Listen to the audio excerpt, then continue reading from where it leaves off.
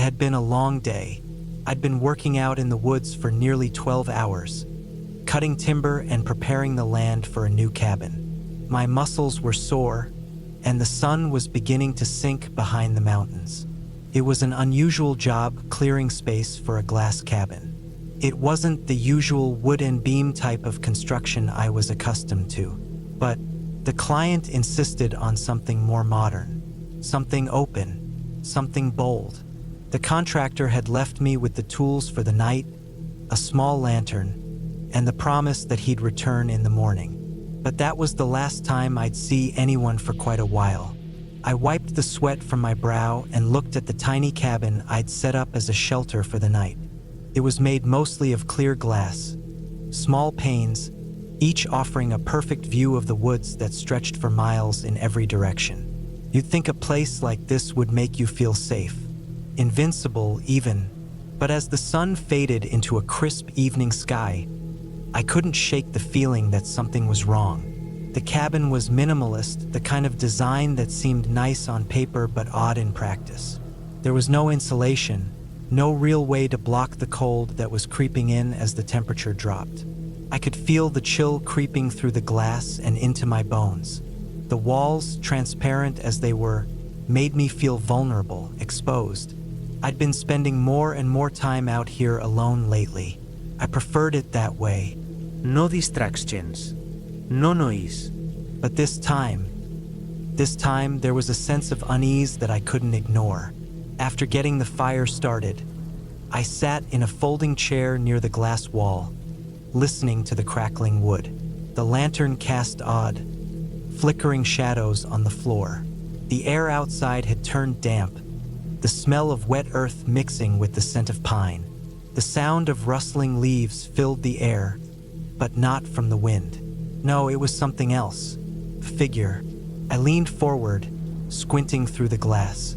There, in the darkness, stood a man. He was tall, too tall, and he was just standing there, his back to the cabin. He didn't move, not even an inch. His silhouette was almost lost in the darkness of the forest, but his shape was unmistakable. My first instinct was to call out to him, ask if he needed help. But something stopped me, a sense of dread that I couldn't explain. I had worked these woods for years, and I had never encountered anyone who lingered like this. Not this long, not in the dead of night. I stayed in my seat, my pulse quickening. I stared at him through the glass, trying to make sense of what was happening. Maybe it was a hiker, maybe he was lost. But the longer I watched, the more unsettling it became.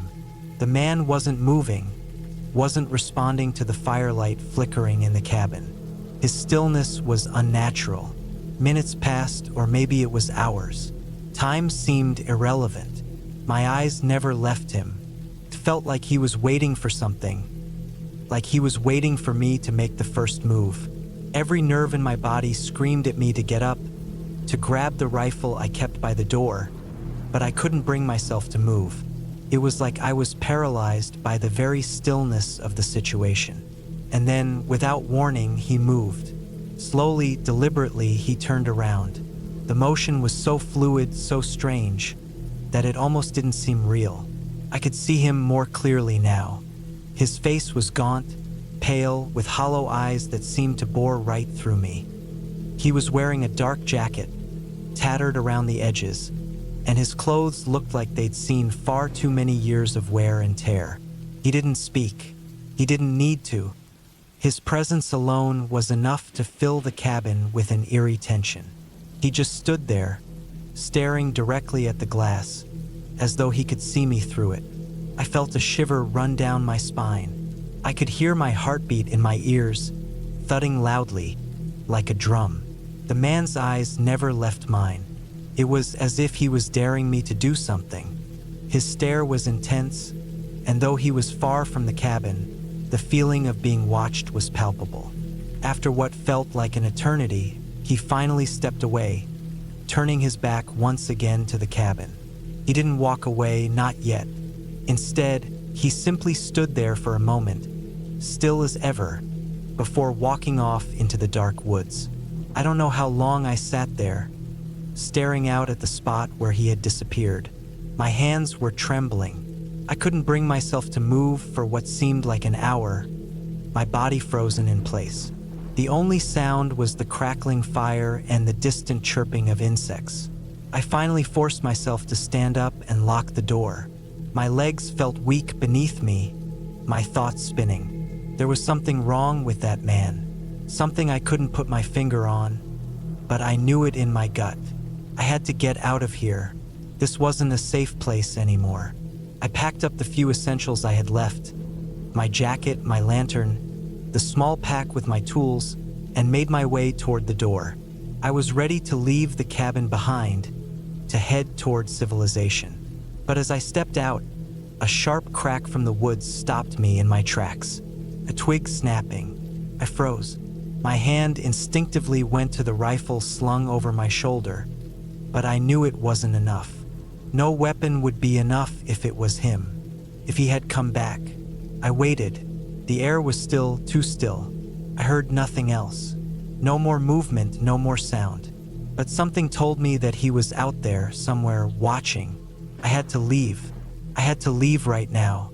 I stepped away from the door, my boots crunching on the snow. The ground was hard, frozen beneath the thin layer of frost.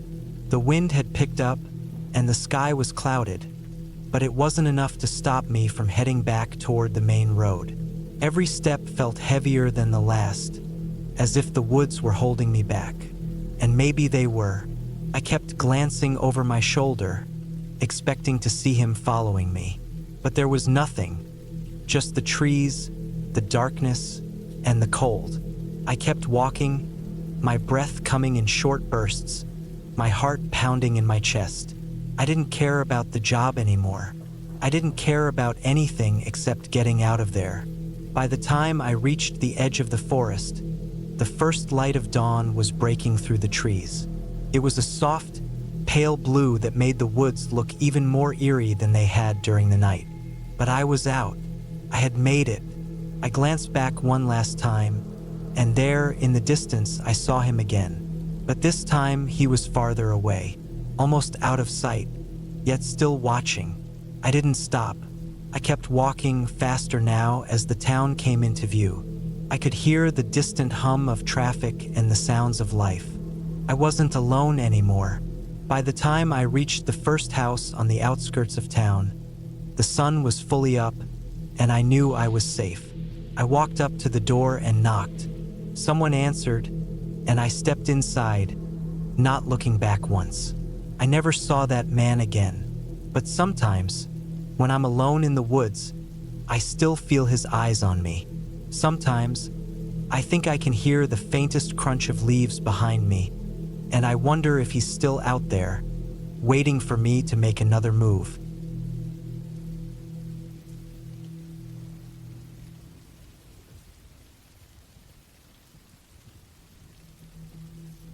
The wind howled through the trees as I pulled into the gravel driveway. The cabin stood in the distance, barely visible in the fading light. It wasn't much, just a small, weathered structure tucked away in the woods of northern Idaho. It had belonged to my grandfather, a place where I spent many weekends growing up.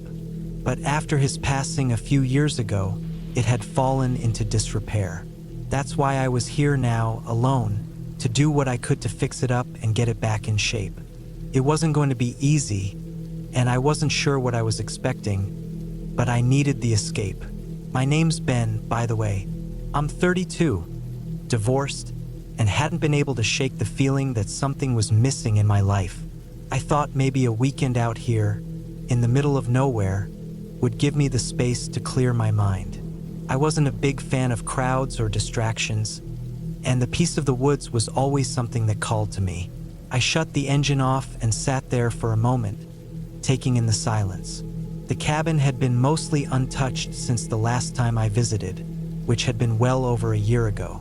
The trees around it were dense, the forest thick with pine and fir. A small creek ran a few hundred yards away, its soft gurgle almost drowned out by the wind.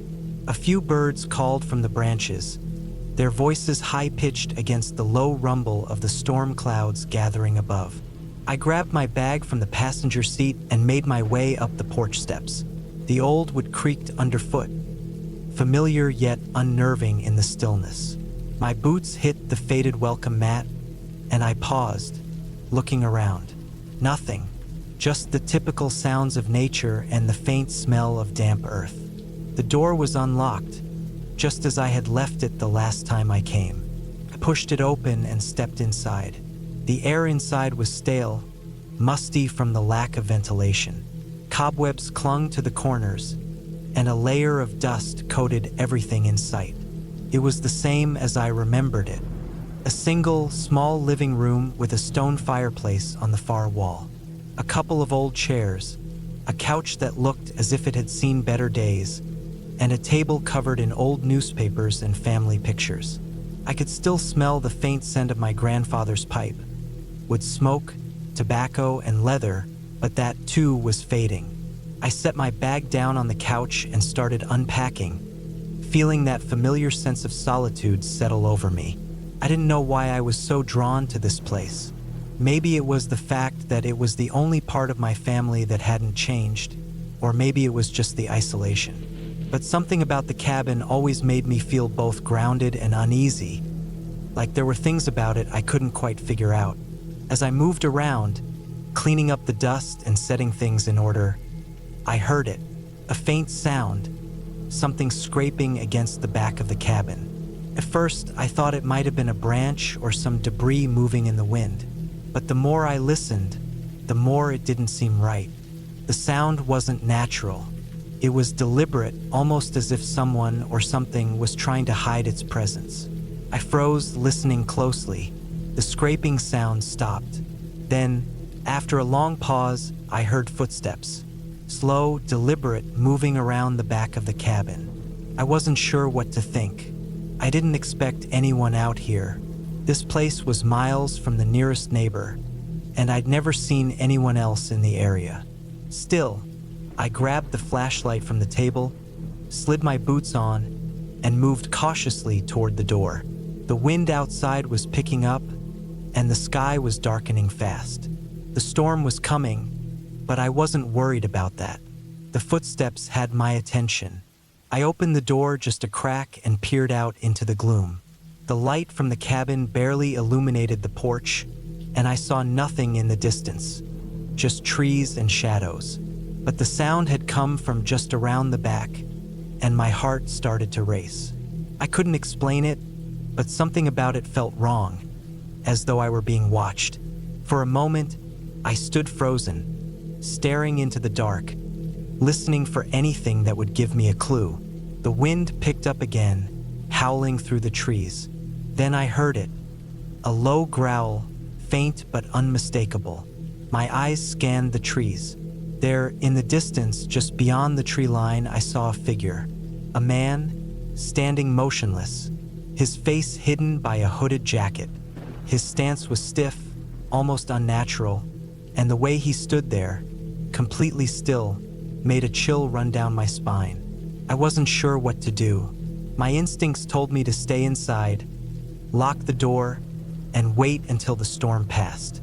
But something else, the same feeling that had brought me out here in the first place, the need to face whatever was unsettling me, pushed me to take action. I grabbed the rifle from the corner of the room and stepped out onto the porch, trying to remain as quiet as possible. The figure hadn't moved. I wasn't a hunter, but I'd grown up with enough of a sense of self-preservation to know how to handle a weapon if I needed to. As I stepped off the porch and moved toward the trees, the wind picked up, howling through the pines, drowning out any noise. I could barely see anything in front of me as I moved deeper into the woods, but I knew I had to get closer. I reached the tree line, the darkness thickening around me. My heart pounded in my chest, but I wasn't about to turn back now. I needed to know who this person was. Then, as I rounded a particularly thick group of pines, I saw him again. He was standing by a fallen log, his back still turned to me. I froze. For a moment, everything went still. The wind stopped, and the forest around me fell silent. My breath caught in my throat as I raised the rifle, my finger instinctively sliding onto the trigger. But then the man moved. His head tilted slightly, as if he had sensed me behind him. My heart skipped a beat. He slowly turned to face me, and I was struck by the sheer emptiness in his eyes. His face was weathered and worn, his features obscured by shadows. He wasn't smiling, but there was something unsettling in the way he stared at me. Calm, unblinking, like he knew I was there the whole time. "Who are you?" I called out, but the words caught in my throat. They felt weak, useless. The man didn't respond. He just stood there, his eyes never leaving mine. I took a cautious step forward, the rifle still in my hands. My mind raced. What was this guy doing out here? And why did he seem so empty? I felt a knot tighten in my stomach, but I had to know. Then, without warning, he turned and began walking away, his footsteps slow and deliberate. He didn't run. He didn't speak. He just walked. I stood frozen, torn between curiosity and fear. I wanted to follow him, but something deep inside warned me not to. Instead, I watched as he disappeared into the trees, his figure swallowed by the darkness. For a long moment, I stood there, my rifle still at the ready, but the man was gone. The wind picked up again, swirling around me as I stood in the clearing. My breath came in shallow gasps as I realized what had just happened. Whoever that man was, he wasn't just some lost traveler. He had been watching me, following me, for a reason I couldn't understand. I backed up slowly, retracing my steps to the cabin. The storm had started to intensify, the first raindrops beginning to fall. I slammed the door shut behind me and locked it, my heart still racing. The eerie silence of the cabin returned, but now it felt heavier, more oppressive. I spent the rest of the night inside, too on edge to sleep, but the storm kept me company. I didn't hear any more footsteps or see any more figures in the woods, but I couldn't shake the feeling that something had changed. Something was out there, and it wasn't going away. The next morning, I packed up and left before the sun had fully risen.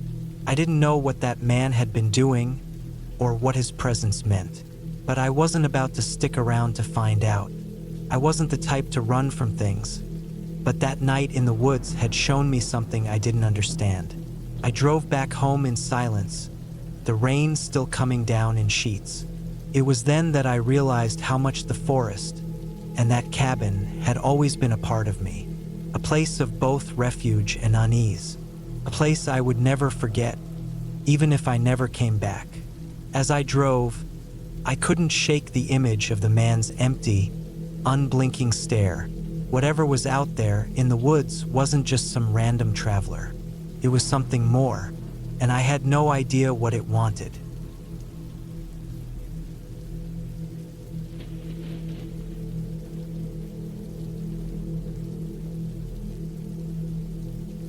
It was late October when I found myself alone at Grandma's old cabin. The air had a chill that clung to the bones, and the trees around the cabin were shedding their leaves in waves, the wind whipping them into the yard like nature itself was trying to bury the house. Grandma had passed a year ago, and her cabin, tucked away in the woods about 2 hours north of the nearest town, had been empty since. She'd always wanted to keep it in the family, but after she was gone, nobody really seemed to want it. There was too much work, too much maintenance, and the memories of her sitting in that old rocking chair by the window were enough to keep anyone away. But I was different. I needed a break from everything. The city, the noise, the constant rush of life. So I decided to drive up, clear my head, and maybe take a few days to fix up the place. Grandma would have wanted it, I thought. Even though I wasn't exactly sure if I could handle the isolation, there was something about the cabin that felt like home. The cabin wasn't much. It was small, made of rough-hewn logs that had started to weather and rot in places. The roof was steep, designed to handle the heavy snowfalls we used to get, and the windows were small, as though to keep the warmth in and the cold out. The door creaked when I opened it, a sound I remembered well from my childhood. I let the door close behind me, and the familiar smell of pine and aged wood hit me like a memory. It was damp, musty, like nobody had cared for it in years. I packed light, just enough food and supplies to last me for the weekend. The cabin didn't have much in terms of modern comforts, but there was a wood stove, a small fridge, and a few old chairs and tables scattered about. The floors were creaky, the kind of wood that groaned underfoot, and there was a fireplace in the living room. I started a fire as soon as I could, trying to chase the chill out of the cabin, though I knew it wouldn't be enough to really warm it up. The place always had a cold, old feeling, like it was stuck in time. Night fell quickly, as it always did in the woods. The light outside dimmed, and soon the world outside the cabin was swallowed by the darkness. The fire crackled in the stove, casting long shadows on the walls. I grabbed a book off the shelf, though I wasn't really in the mood for reading. The crackling fire and the occasional gust of wind outside seemed to be the only sounds in the cabin. The silence pressed in on me, and I couldn't help but feel uneasy. I hadn't been there long before I noticed something strange, something I couldn't quite explain. There was a noise coming from the back of the cabin, near the old storage room where Grandma used to keep her canning supplies. It was subtle, but I heard it clearly, a soft scratching sound, almost like something was scraping against the wood. At first, I thought it was just the wind or the house settling, but it continued, persistent and rhythmic, as if something or someone was trying to get in. I stood up slowly, my heart beating a little faster. There was nothing back there, I told myself. Just the woods. Just the old storage room where Grandma used to keep jars of jam and pickles. But the scratching continued, and a chill ran down my spine. I grabbed a flashlight from the table and made my way to the back of the cabin. The floorboards groaned underfoot, and the air grew colder the further I walked. I reached the door to the storage room and paused. The sound stopped, and for a brief moment, I thought maybe I had imagined it. But then I heard it again, faint but unmistakable. I swung the door open and shone the flashlight inside, illuminating the dusty shelves, the old jars, and the remnants of things Grandma had left behind. The scratching had stopped, but now there was a smell, something foul like rotting wood. I stepped inside, my boots crunching on the floor. The beam of light swept across the room, and my eyes fell on something that made my stomach twist. A small pile of dirt had been scraped up against the wall.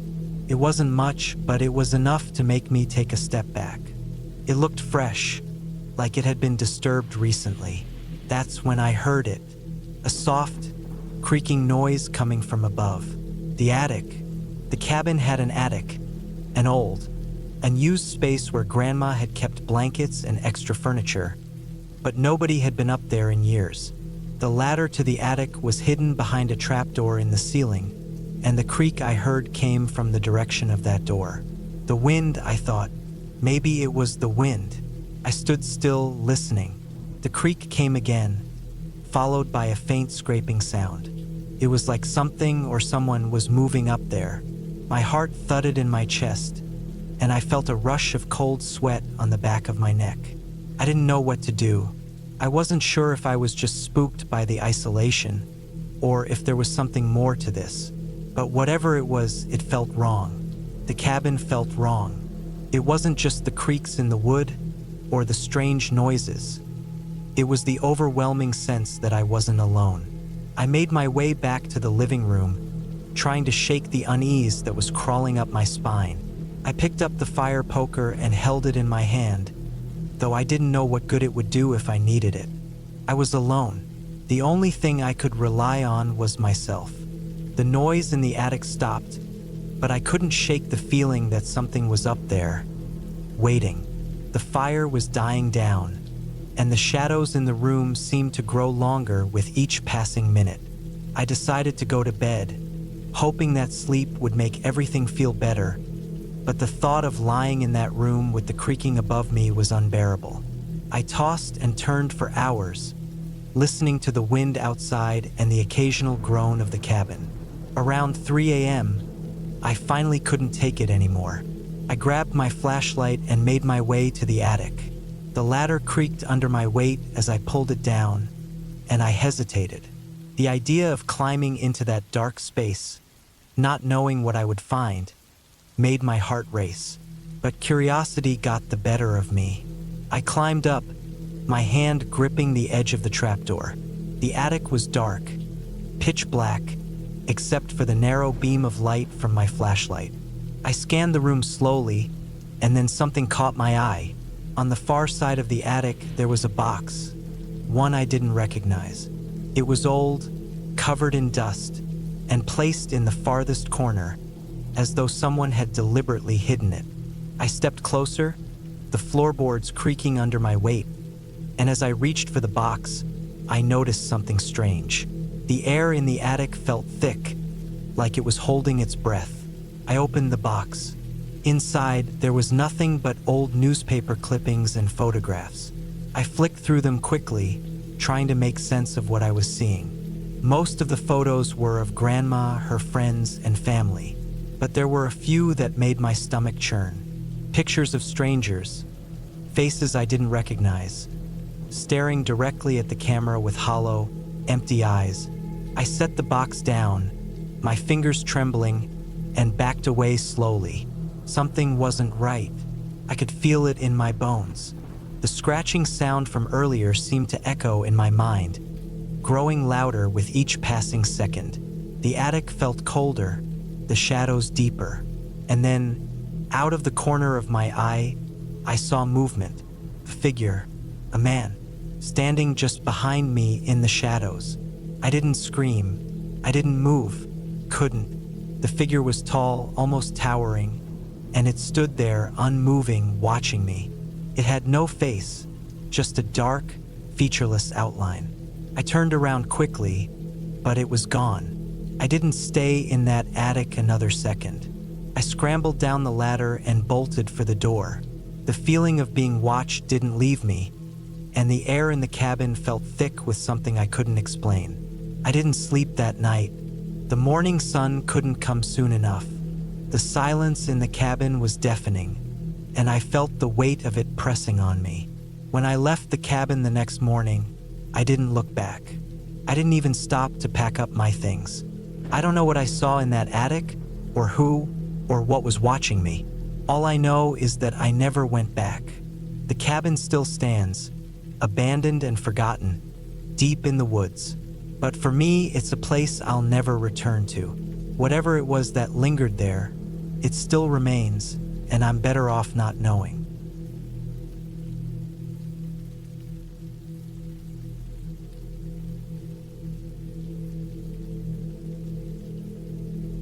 It was the fall of 2017, and the leaves were just starting to turn when I found myself driving up a narrow dirt road deep into the hills of the Adirondacks. I'd been invited to spend the weekend at an old, secluded cabin by a friend I hadn't seen in years, Matt. We'd grown up together in a small town not far from here, and over time, as life took us in different directions, we'd lost touch. But a few months ago, Matt had sent me a message out of the blue, inviting me to reconnect. I wasn't exactly thrilled about the idea of a cabin weekend in the middle of nowhere, but I figured it would be good to catch up with an old friend. Matt had been different back in high school. Quiet, reserved, always kind of a loner. But over the years, he'd become more of an outdoorsman, spending most of his time in remote places. The invitation came with a promise of solitude, fresh air, and no distractions. He'd said the cabin had no electricity or running water, but it was well maintained and surrounded by miles of forest. I should have asked more questions about the place, but I was eager to get away from the routine, from the noise of the city, and from the constant buzz of modern life. I packed up my car, grabbed a few supplies, and set off for the weekend, not expecting anything out of the ordinary. The road to the cabin was long and winding. The deeper I went into the forest, the more isolated everything felt. The trees grew denser, the air colder. There were no other vehicles in sight, no houses, nothing but the occasional trail marker indicating the way to the cabin. Eventually, the road turned into a rutted path, barely wide enough for my car, and the forest closed in on both sides. When I finally reached the cabin, it was everything Matt had described. A small, weathered building made of logs, sitting among towering pines. The roof had patches of moss, and the front porch sagged slightly, but it was undeniably charming in its own way. I parked my car and grabbed my bags, stepping out into the cool, crisp air. The silence was overwhelming. Not a bird chirped, not a breeze stirred the branches. I felt a twinge of unease, but brushed it off as normal for a secluded place like this. After all, it was just me and Matt for the weekend. What could go wrong? The door creaked as I opened it, revealing a rustic interior with mismatched furniture, a stone fireplace, and old wooden floors that seemed to have absorbed the smell of pine and age. There was a small kitchen area, a table with 2 chairs, and a lofted space above for sleeping. It looked exactly like the kind of cabin you'd expect to find in the woods, cozy, simple, and functional. I put my bags down on the couch and sat by the fire, waiting for Matt. He told me he'd be arriving later that evening, so I decided to explore a little. The cabin was surrounded by thick trees, and I could barely see beyond the edge of the clearing. There was a small trail leading into the woods, which I followed for a while, but soon turned back. The deeper into the forest I went, the more I felt like I was being watched. The hairs on the back of my neck stood up, and I couldn't shake the feeling that something wasn't right. I returned to the cabin and closed the door behind me. That night, as the sun dipped below the horizon, the sky darkened quickly and the air grew colder. I built up the fire and tried to distract myself by unpacking. There was something unsettling about being out here alone, even though I told myself I was just overthinking it. When Matt arrived, it was already well past dark. He stepped through the door, carrying a heavy bag over his shoulder and a look of exhaustion on his face. "Long drive," he said, setting his things down. "Glad you could make it." We chatted for a while, catching up on the years we'd missed. Matt seemed different. He was thinner, his face more gaunt, and his eyes were darker, as if he hadn't been sleeping well. Still, I didn't think much of it. He was always the kind of guy who preferred solitude, even back when we were younger. We ate a simple dinner of canned beans and rice, talked more about life, and then settled in front of the fire for a bit. The cabin, with its warmth and simplicity, felt like a step back in time. But as the night went on, an odd unease began to creep in. The forest outside was eerily quiet, and at times, I could have sworn I heard faint rustling noises coming from the trees. I told myself it was just the wind, but the feeling lingered. Matt, however, seemed unbothered. After a while, he stood up and went to the loft to grab something, leaving me alone by the fire. That's when I heard it, a tapping sound on the window. Soft at first, but then it grew louder, like a knock, slow and deliberate. I jumped up, heart racing, and walked cautiously to the window. Outside, I saw nothing but the shadows of the trees swaying in the breeze. I opened the window, thinking it might have just been a branch tapping against the glass, but there was nothing there. The silence was deafening. When Matt came back down from the loft, he noticed my unease. "Everything okay?" he asked, looking at me curiously. "Yeah, I just thought I heard something," I replied, trying to shake off the feeling. "Probably just my imagination." Matt chuckled, but there was something off about his smile. It didn't quite reach his eyes, and his gaze seemed distant. Later that night, as we sat by the fire, we heard it again. A low, guttural sound coming from somewhere just beyond the tree line, like a grunt or a growl. My skin prickled, and I looked over at Matt. He didn't seem concerned, but the hair on the back of my neck stood up. "You hear that?" I asked. Matt nodded slowly, but he didn't seem alarmed. "It's probably just a bear. They roam these woods sometimes." But it didn't sound like a bear. Bears don't make sounds like that. We sat in silence for a while, both listening to the occasional rustle of leaves and the eerie silence that followed. At some point, Matt suggested we go to bed, and I reluctantly agreed. But sleep wouldn't come. I kept hearing the noises outside, footsteps, soft whispers, like someone or something was moving around the cabin.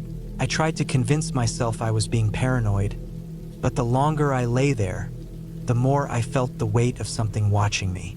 I couldn't tell if it was the darkness outside, the isolation, or something else entirely, but I didn't feel safe. I must have finally drifted off because the next thing I knew, I was awoken by a loud crash. My heart jumped into my throat as I shot up in bed, looking around. Matt's side of the room was empty. I glanced around in the dim light, trying to make sense of the noise. I heard a door creak open, followed by a soft shuffle of footsteps.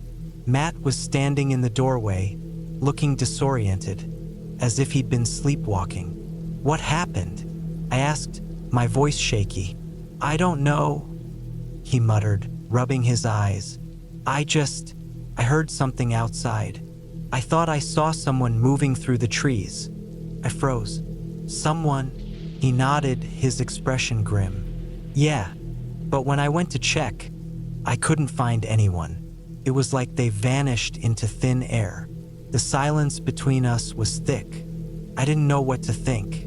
Could have been a trick of the mind, or maybe Matt was just as rattled as I was. But the longer I sat there, the more I realized something wasn't right about this place. And Matt, something about him felt off. He wasn't acting like himself. I didn't sleep much that night. Every sound, every movement in the trees outside sent my heart racing. And when dawn finally came, the world outside felt like a completely different place. Cold, desolate, and oppressive. When Matt and I went outside to get some fresh air, the forest seemed off. The birds weren't chirping, and the air was thick with tension. That's when I saw it, tracks. Fresh ones, leading from the tree line and stopping just short of the cabin. They were large, deep prints, unlike any animal I had ever seen. Matt's face went pale when he saw them. "What the hell is that?" I didn't have an answer. All I knew was that whatever was out there wasn't friendly. As we stood there, trying to make sense of it all, I noticed something strange in the distance. A figure, someone or something, standing between the trees watching us. Before I could say anything, Matt grabbed my arm. "We need to go. Now." We ran back into the cabin, barricading the door and windows. I wasn't sure what we were up against, but I knew one thing for certain. We weren't alone out here. We spent the rest of the day in a tense silence, watching for any movement outside, listening for any sounds. By the time nightfall came, Matt was almost frantic. He kept pacing, muttering to himself, his eyes darting to the door every few seconds. "I'm getting out of here," he finally said. "I can't stay another night." I agreed, and we packed up what we could, intending to leave first thing in the morning. But as the sun dipped below the horizon, the noises returned. Louder now, closer, and unmistakable. Someone was outside, but when we tried to open the door, it wouldn't budge. Something or someone had barricaded us inside. The last thing I remember before everything went dark was the sound of footsteps outside, growing louder, and then the feeling of being trapped. The next morning, a rescue team arrived at the cabin. Matt and I were found, shaken but alive. The tracks outside were gone, the cabin untouched. There was no sign of anyone who had been out there. They said it was probably an animal, a bear, maybe a person, but no one could explain the tracks. I haven't heard from Matt since that weekend. Maybe he went back to the cabin. Maybe it's still out there, but I'll never go back. Not ever.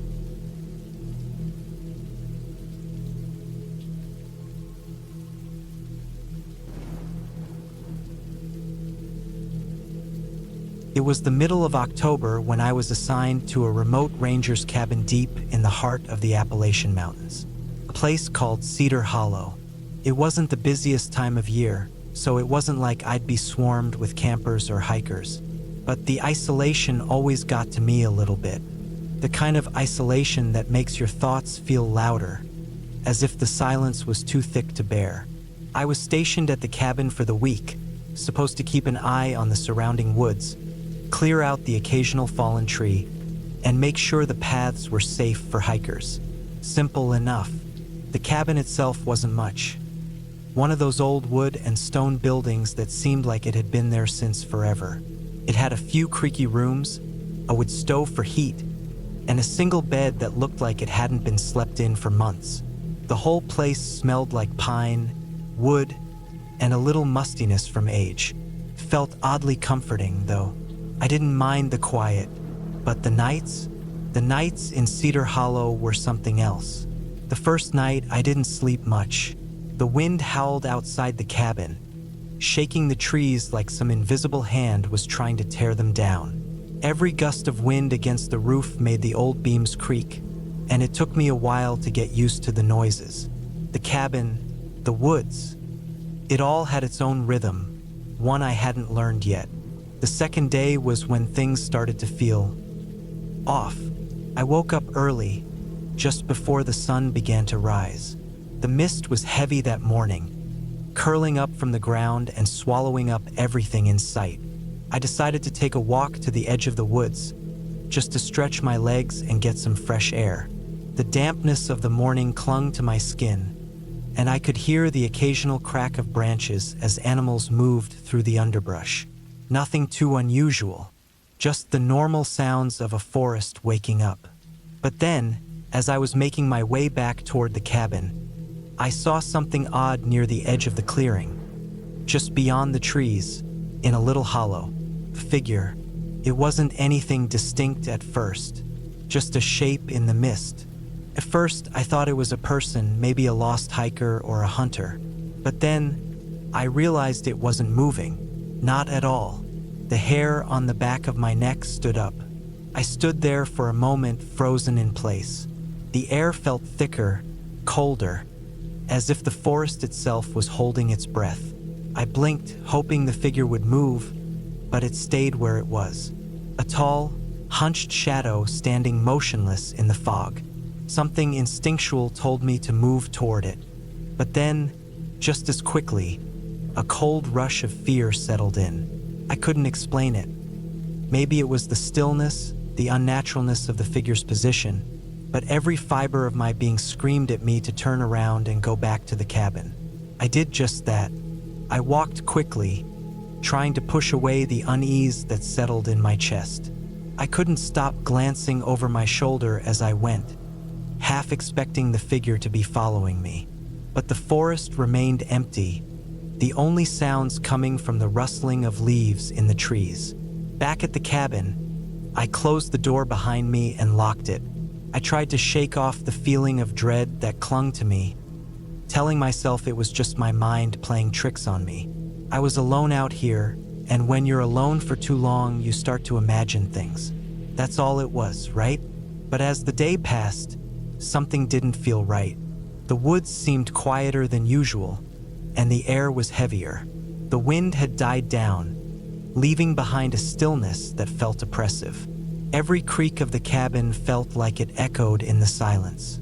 That night, I sat by the wood stove, reading a book to pass the time. The only light was from the flickering flames, casting long shadows against the walls. My thoughts kept drifting back to the figure I'd seen in the morning. I kept trying to rationalize it.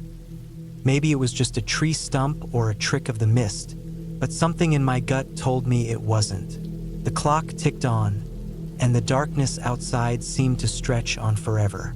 It wasn't until around 2 a.m. when the real strangeness started. It began with a knock at the door, just one sharp, hard knock. It wasn't a tapping or a soft rapping, it was loud. Too loud for a person out in the woods at this time of night. My heart skipped a beat. I stood up and went to the window, peering through the heavy curtains. Nothing. I stepped back, confusion setting in. Maybe I had imagined it, I thought. Maybe the wind had blown something against the door. I tried to calm myself, but that's when it happened again. A knock, louder this time. It wasn't a normal knock. It was desperate, like something or someone wanted to be let in. I could feel the hairs on the back of my neck stand up as I stood there in the darkness, listening to the silence that followed. I grabbed my flashlight and crept to the door. I wasn't sure what I expected to find on the other side. A lost hiker? A wild animal? But deep down, I knew it wasn't that simple. I opened the door slowly, peeking outside with the beam of the flashlight cutting through the dark. My breath hitched when I saw nothing. The forest stood still, the fog thickening, but there was no sign of anyone or anything around the cabin. Just trees, just the creeping mist. I stepped back, the knot in my stomach tightening. There was something deeply wrong about this place, about the way the world outside seemed to hold its breath, waiting. I shut the door again, locking it securely. The rest of the night was restless. Couldn't sleep. Every creak of the cabin, every gust of wind, made me jump, and I couldn't shake the feeling that I wasn't alone. The next morning, I decided to head to the spot where I had seen the figure earlier. Maybe I could find something, anything, that would explain what had happened. I grabbed my gear and hiked out toward the clearing, my boots crunching the wet leaves beneath me. When I reached the edge of the woods, my heart skipped in my chest. The figure was gone, but there, in the damp earth, were tracks. Deep, wide tracks that looked like they belonged to a large man or something larger. I crouched down to inspect them, my breath fogging in the cool air. The prints were fresh, and they seemed to be heading deeper into the woods. A feeling of dread washed over me. I stood up quickly, backing away from the tracks. Something about them felt wrong, unnatural. I didn't want to follow them. I didn't want to get any closer to whatever had been out there, but I couldn't shake the need to know what it was. The curiosity gnawed at me. It was a dangerous thought, I knew that. But then, as if on cue, the sky darkened. The wind picked up again, this time with a biting coldness that made me shiver. I stood there for a moment, weighing my options. Should I go back to the cabin? Should I just forget about the tracks? Forget about the feeling that something was watching me? But as I turned to leave, something snapped. A branch breaking, a rustling in the underbrush. I wasn't alone. The footsteps were heavy, slow, and deliberate, drawing closer, and my heart raced in my chest. I didn't wait around. I bolted back toward the cabin, not daring to look back, not daring to slow down. When I got back to the cabin, I locked all the doors, bolted the windows, and sat in the corner with my rifle at my side. I was wide awake now, every nerve in my body on edge, waiting for something to happen. And that's when I heard it. A soft, steady scratching at the door. It didn't stop. It went on for hours. But when the morning finally came, it was gone. The scratching, the footsteps, the feeling of being watched, they were all gone. For the rest of the week, I never saw the figure again. The woods returned to their normal quiet, and the scratching never came back. But the unease stayed with me, even after I left Cedar Hollow. To this day, I can't explain what I saw or heard, but I know one thing for sure.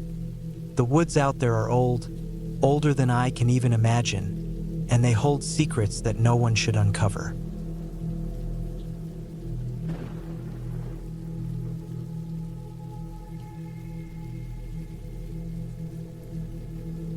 I was 34 when I took that trip in the spring of 2013. My name's Mike Lambert, and back then I worked as a freelance photographer based out of Boise, Idaho. I did mostly outdoor and travel photography for magazines and websites, Stuff like hiking trails, old barns, abandoned places, the kind of places people romanticized, but only ever wanted to look at in pictures. The trip to Black Hollow wasn't something I had planned far ahead. I had been scouting locations that hadn't been overdone, and a buddy of mine tipped me off about the stretch of old road in the hills near Grangeville that had a half-collapsed homestead and a supposedly abandoned trapper's cabin a few miles deeper into the woods. He said it was quiet and isolated, and that there were no trails marked on the map anymore. That was what drew me in. I packed up my gear the following morning. Camera, tripod, a week's worth of food, water filters, tent, camping stove, warm clothes. I threw everything into my SUV and set off.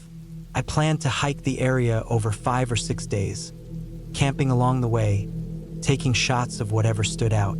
I also brought a little revolver, more for wildlife than anything else. I've always been the kind of guy who'd rather have it and not need it. It was just past noon when I turned off the main road onto the old gravel track known as Black Hollow Road. It barely showed up on GPS and had long since stopped being maintained. The entrance was blocked by a fallen pine and a rusted-out fence gate, but I drove around it through the brush. The road twisted for miles through thick pine and fir trees, narrowing until branches scraped the sides of the SUV. Eventually, I found a flat spot to park and got out. It was quiet, too quiet. No traffic sounds, no wind, just the distant rustle of leaves now and then. I double-checked my pack and locked the SUV behind me. I hadn't told anyone exactly where I was going, just said I'd be up near Grangeville for a week. That was normal for me.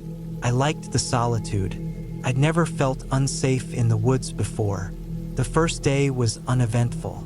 I hiked maybe 5 or 6 miles in, snapping shots of trees, moss-covered stumps, and one of those old stone chimneys still standing by itself. The air was cool, the forest dense. It smelled of pine needles and wet soil. I set up camp on a small rise and cooked some instant noodles. That night, I barely slept. I kept hearing branches cracking far off and what sounded like something large moving. But when I flashed my light around, I saw nothing. By the third day, I found the old cabin. It was half hidden behind a grove of twisted, dead-looking birches. The place looked like it hadn't been touched in decades. The roof sagged, the windows were smashed or boarded up, and the wood was dark with age and rot. There was no path leading to it, no obvious sign anyone had been there in years. I stopped maybe 50 feet away and just stared. Something about it made me feel off, uneasy, like I shouldn't be there. But that was also exactly what I wanted. I took a dozen shots from different angles. The light filtering through the trees hit just right, making the place look eerie and timeless. It was perfect. Then I decided to get closer. The front door was hanging off its top hinge. I stepped onto the porch, which creaked like it was going to give out. Inside, it was dark and smelled like mold and dry rot. I stepped in slowly, flashlight in one hand, the other ready near my revolver. It was one large room with a stone fireplace at the far end. There was a rusted bed frame, a tipped-over table, and a pile of decayed blankets in the corner. Dust coated everything. I didn't see any modern junk. No beer cans, no cigarette butts. Nothing to suggest people came here for parties or squatting. I knelt down near the fireplace and saw something odd. Scrape marks on the stone floor, like heavy furniture had been dragged, maybe recently. I followed them to a patch of floor that looked slightly darker than the rest. I tapped it with my boot. It sounded hollow. There was a trapdoor. I stared at it for a long time before doing anything. My flashlight beam flicked across it again and again. No lock, no handle, just an old iron ring. My gut told me to walk away, to leave and not come back. But my curiosity got the better of me. Pulled it open. The air that came up was cold. I shone my light down. Wooden steps disappeared into blackness. I called myself an idiot under my breath and slowly started down. The cellar was shallow, maybe 7 feet deep. The walls were stone, and the floor was packed dirt. There were jars on a shelf, old canned goods long since spoiled. But what caught my attention was the corner. Someone had dug a hole. It was maybe 4 feet wide and 6 feet deep. The dirt was piled neatly beside it, not scattered. At the bottom, I saw something gray and cloth-like. I leaned closer with the flashlight. It was a tarp. I stepped into the pit. I shouldn't have done that. As soon as I crouched down, I realized it wasn't just a tarp. It was covering something. I hesitated, then peeled one side back. There was a backpack, a modern one, weatherproof, with a faded logo and zippered pockets. Not old, not from the cabin's era. I unzipped it carefully. Inside was a wallet, a phone with a cracked screen, and a few other things. I pulled the wallet out and flipped it open. The ID inside was for a guy named Ryan Hall. He looked about my age. His driver's license was from Spokane. The issue date was less than a year old. That was when I noticed the smell. It wasn't strong, not like rotting meat, but it was there, old, faint, but unmistakable. My stomach twisted. I heard a creak above me. I froze, then turned the flashlight upward.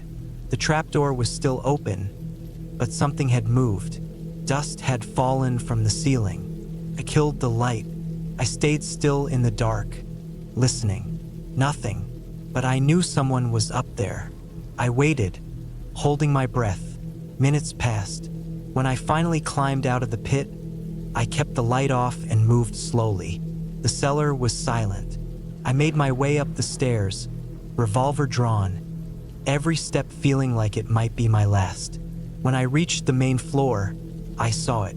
A boot print in the dust, fresh, bigger than mine. I backed out of the cabin fast, heart pounding. I looked around. Nothing. No sounds. No movement. But I didn't wait.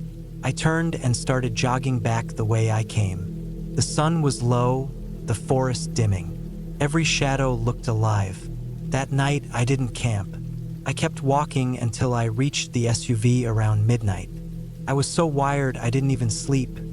Just locked the doors and stayed alert. By sunrise, I drove straight back to Boise. I didn't tell anyone what I found for days. I couldn't stop thinking about it. I looked up Ryan Hall. There was a missing persons report from 6 months earlier. He'd gone hiking near Grangeville and never come back. No body had been found. I didn't call the cops.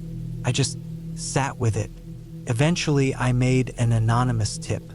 I sent a printed map with the cabin's rough location and said I'd found it while hiking. I never got a response. I stayed out of the woods after that. I sold off my photography gear, stopped freelancing. I still think about the boot print. Whoever it was, they didn't want that place found. Maybe they lived out there off the grid. Maybe they'd done something worse. All I know is I was lucky. That cabin is probably still there, rotting in the woods. Part of me wants to go back.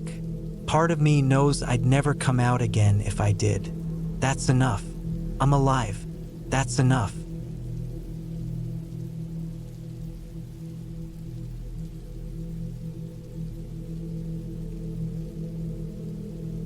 I was 32 when I decided to build that cabin. It was October 2017, and I just quit my job at a fabrication shop in Ohio.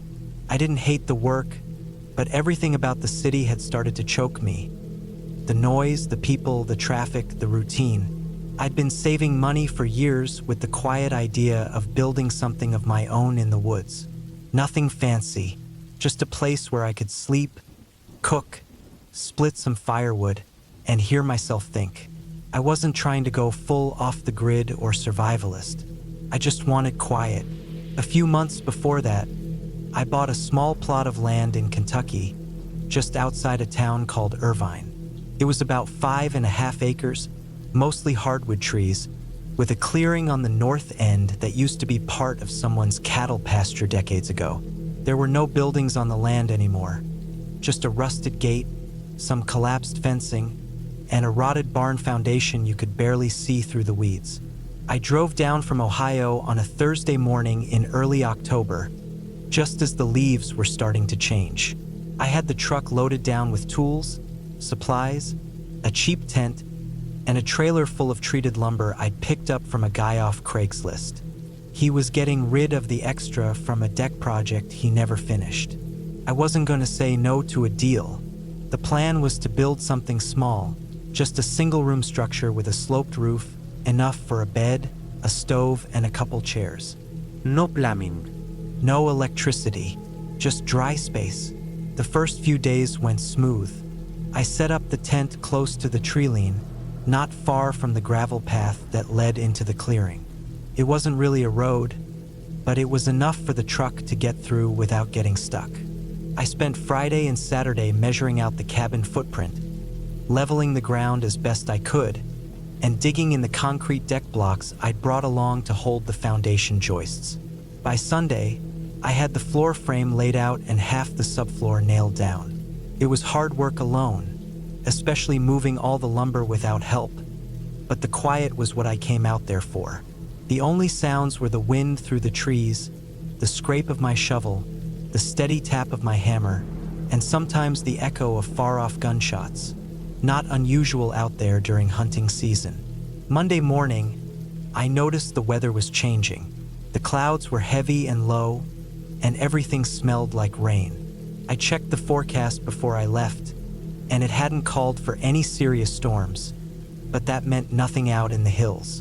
Weather rolls in quick down there, and cell signal was garbage. I could only pick up a single bar if I walked half a mile up the gravel path and stood near a rusted farm gate. I figured I had a good 6 or 7 hours before the rain came. I decided to get the walls framed while the daylight lasted. I worked hard all day, barely stopping except to sip water or check my rough drawings. Around 5 p.m., it started to sprinkle, just a light patter at first. I got the last wall frame tacked together, leaned it up, and braced it with some temporary supports. I was soaked by the time I finished hammering in the last nail. The air was damp and cool, and my shirt stuck to my skin. I stepped back and looked at what I had so far. 4 walls framed out, subfloor in place, a roof line marked with chalk. No roof yet. No siding. Nothing to stop the rain but the nylon walls of my tent. I ate a cold dinner sitting on a stack of 2x6s while the rain picked up. I'd been sweating all day, and now the chill was creeping in under my skin. My boots were soaked through, and my socks squished with every step. The tent leaked in the corners, and the floor was turning to mud where I dragged in wet clothes. I told myself I'd finish the roof in the morning if the rain let up. But that night, things turned. It started sometime around 2 a.m. The rain had gotten heavier, and the wind howled across the clearing like it had teeth. I was awake, staring at the roof of the tent, listening to the plastic crinkle and groan. The wind kept pressing the fabric down, then letting go in bursts. Every few minutes, I'd hear branches snap in the woods behind me. Then I heard something else. It was faint at first, a kind of dragging sound. Not footsteps, just a slow scrape, like something being pulled across wet leaves. I figured maybe it was a deer or a branch fallen and sliding down the hill, but it kept going. A long, steady noise. Stop, then again. Drag, stop, drag. I sat up in the tent and turned off the little flashlight I had clipped to the frame. My ears strained in the dark.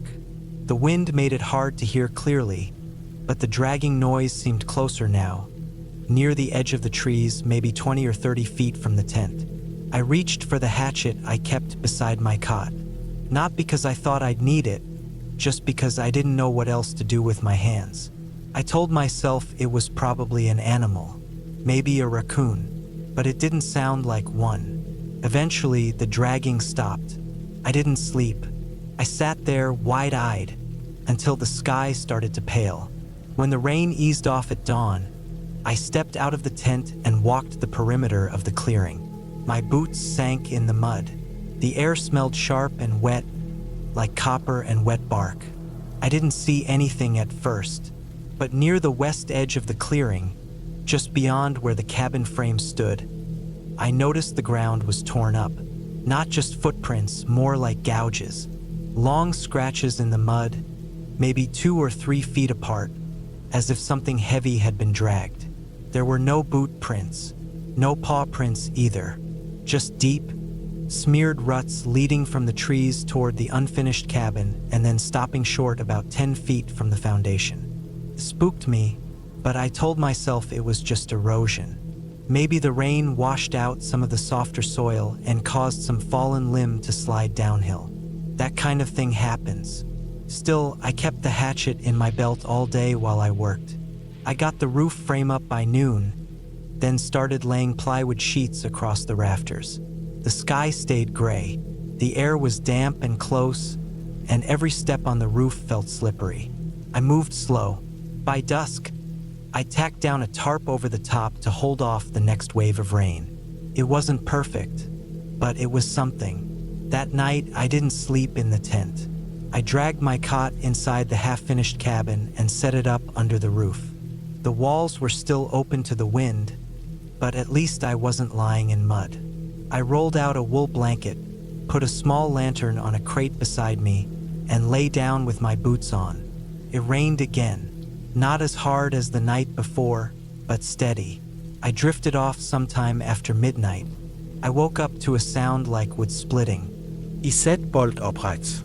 The lantern had burned out, and the only light was from the moon behind the clouds, filtered through the plastic tarp. The noise came again, a sharp crack. Not thunder, not a branch falling. It sounded like wood being twisted, forced. I stood slowly and stepped out of the structure. The rain had stopped, but the air was thick with fog. Everything looked pale and flat. I could barely see the treeline.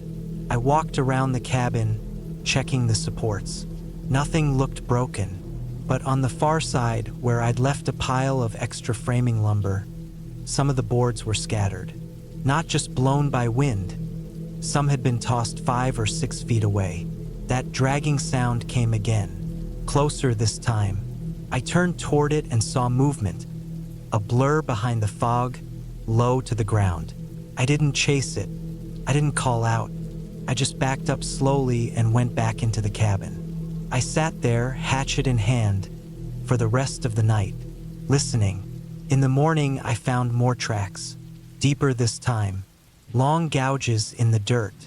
Not claw marks, not from any animal I know. It looked like something had been scraping metal or bone through the mud. I didn't pack up.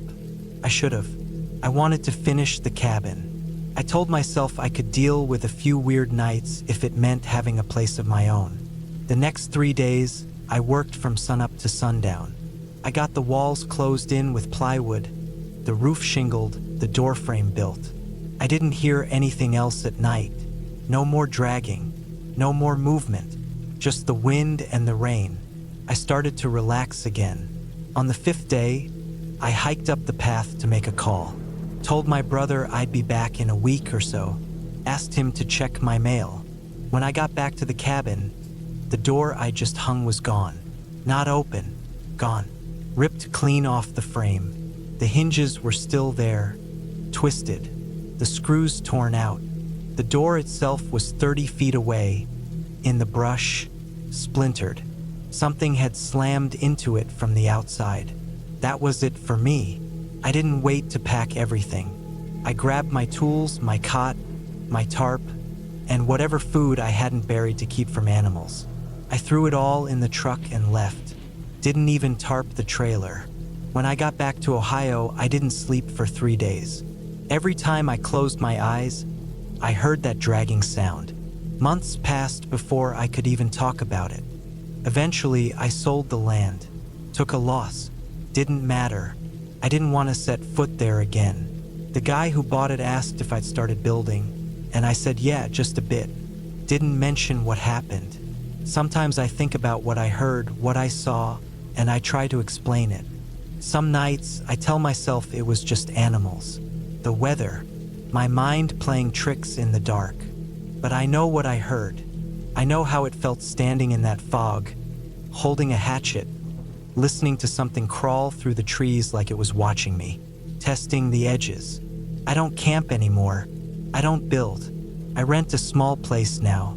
It's loud and crowded and always smells like somebody else's dinner, but the walls are solid. There's a lock on the door, and at night, I don't hear anything dragging through the woods.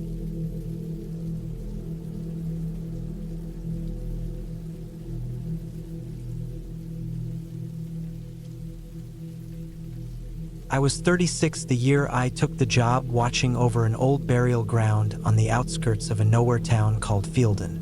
It was in northern Wyoming, a few miles past anything you'd see on a regular map, nestled between low hills and pine patches that stayed frozen 8 months of the year. It wasn't a job people fought over. The town had fewer than 400 people, and most of them wouldn't go near the place, not out of superstition, they said, but because it was a pain to drive out there and no one really liked the guy who ran the grounds before me. I never met him. They said he just left one day without saying anything. The job was simple enough on paper.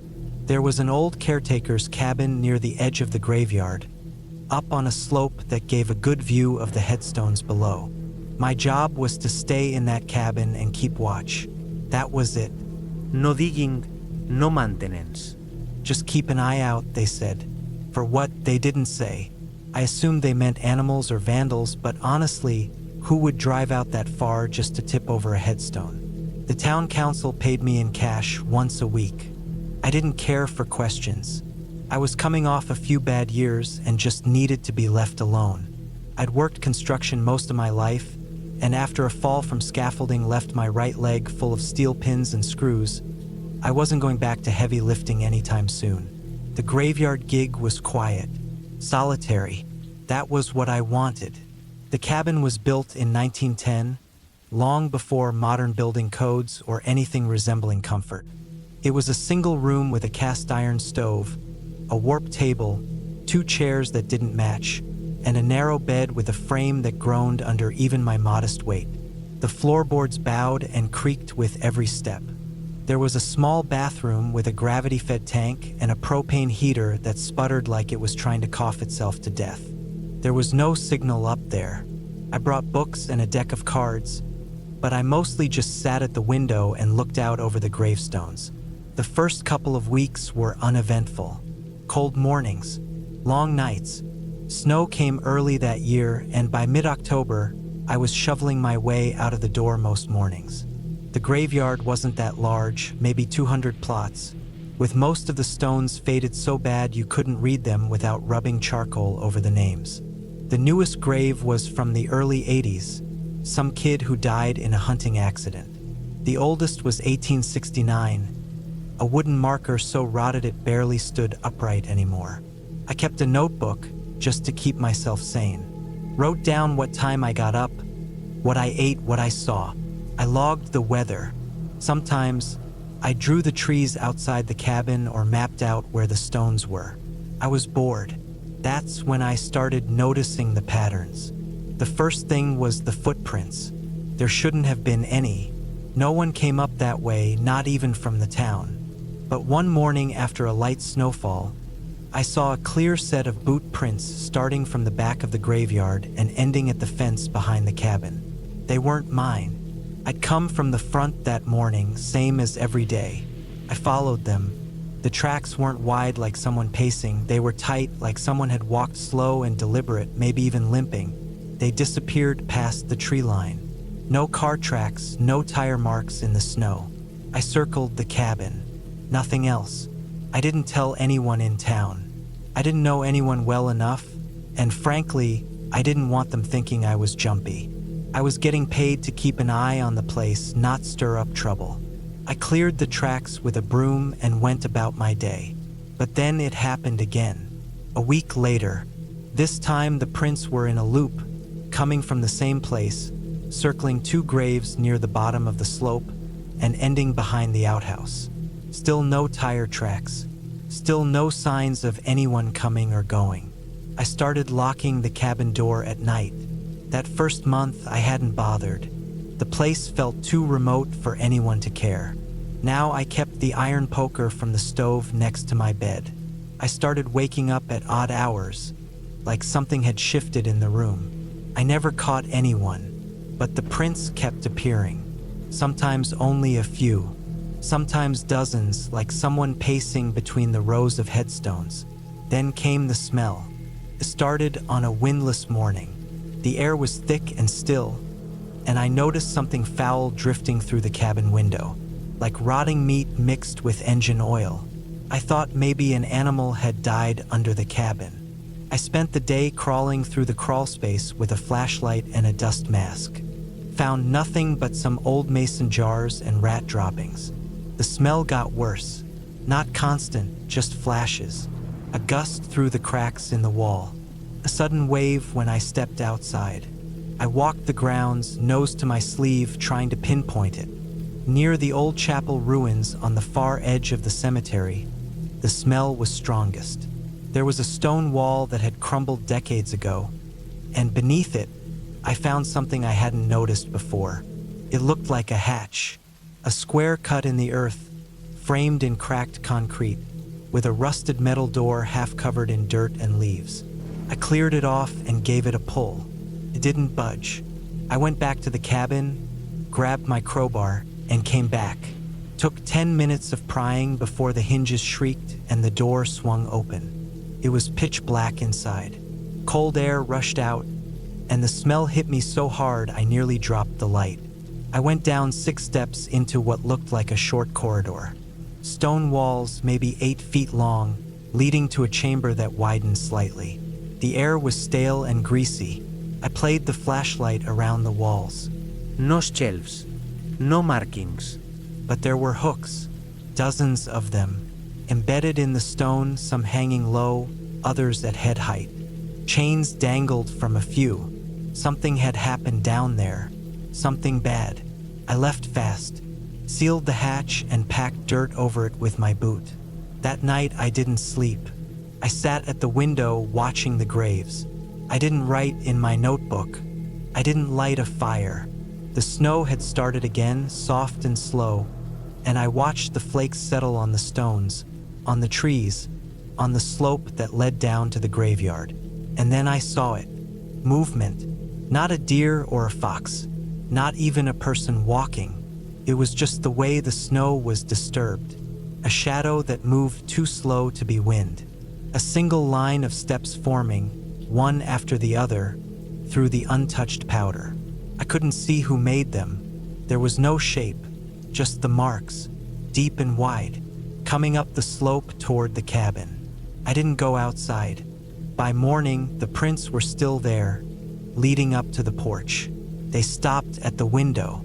After that, I started carrying a rifle. I didn't tell anyone. What would I say? That footsteps were forming on their own? That a hatch under the old chapel stank like death? That someone or something was walking circles in the snow but leaving no trace of how they came or went? I didn't leave. I needed the job. I told myself it was a vagrant. Maybe someone living rough in the woods. Maybe a hunter gone off the grid. That explained the footprints. But not the hatch. Not the smell. One night, I woke up to the sound of something dragging across the floor outside. Not footsteps. Not shuffling. Dragging. Like something heavy being pulled across the frozen dirt. I waited. Held the rifle to my chest. Counted the seconds. I heard the sound circle the cabin, then stop beneath the window.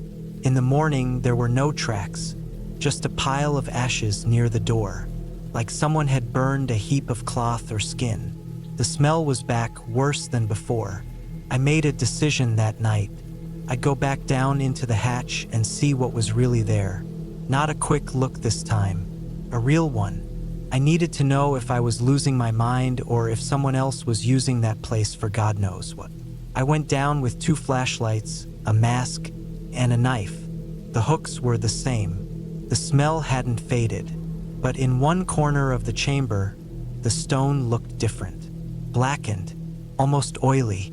I touched it and my fingers came back sticky. Not blood, something thicker, chemical. And there were scratches on the floor, drag marks, leading toward the wall. I pushed. Part of the stone shifted. Behind it, a narrow tunnel, maybe 4 feet high, carved in raw earth.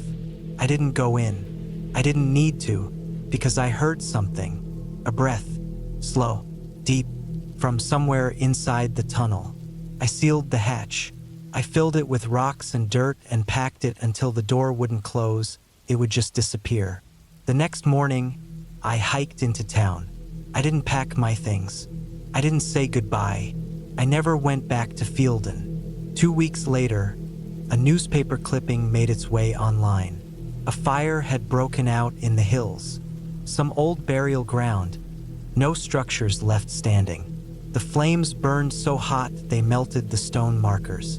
The article said it was likely an old propane leak. Maybe lightning. No one was hurt. No one ever went there. They never found the hatch. But I know it's there, beneath the earth under the ashes, waiting.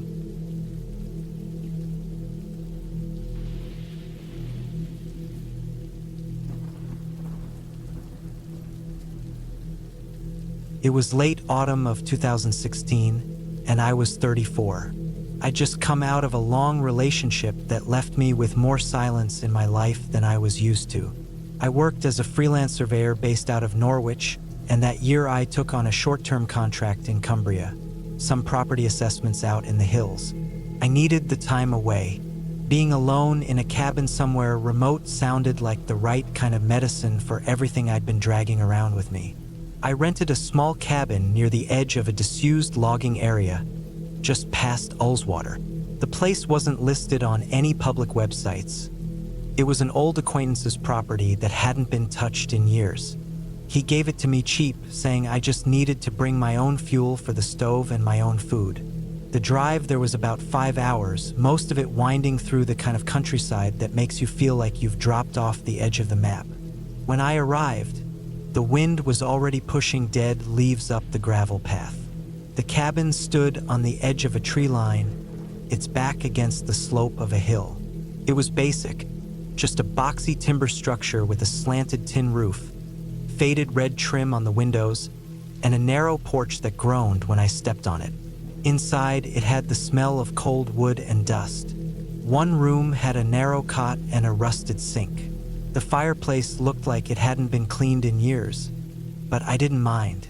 I had a portable heater in the back of my van, and I planned to use it until I could get the chimney cleared properly. The power worked, though it flickered a bit, and the water came from a spring-fed line out back. The days passed slowly. I spent them walking the perimeter of the area I'd been assigned to survey, logging data into a handheld GPS unit, scribbling observations into a notebook. I'd come back to the cabin in the late afternoons, boots muddy and hands cold. I didn't mind the isolation. It was the first real quiet I'd had in months. No texts, no one calling. The only odd thing was the stillness of the woods behind the cabin. Even when the wind pushed hard through the trees, the deeper part of the forest didn't seem to move. The pines stood tall and packed tight, darker than they should have been during the day, and almost black at dusk. On the fourth night, just after I'd made a small dinner, rice and beans on a camp stove, I stepped out onto the porch with a tin cup of tea. The temperature had dropped sharply.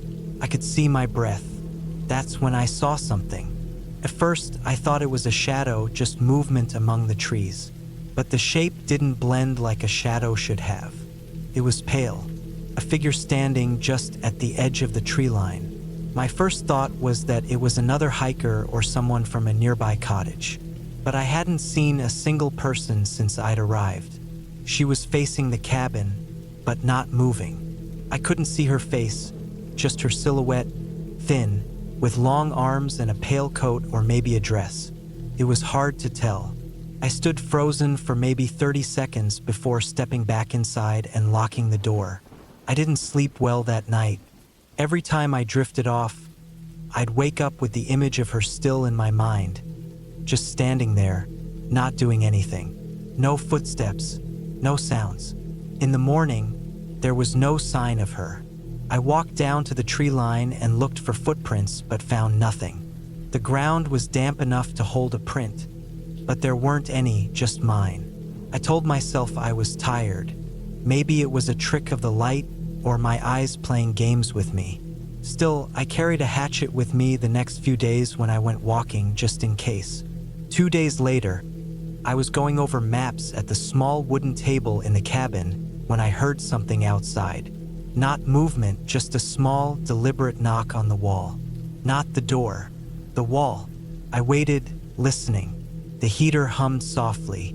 Nothing else. I thought maybe a branch had fallen. I went outside. There was nothing around.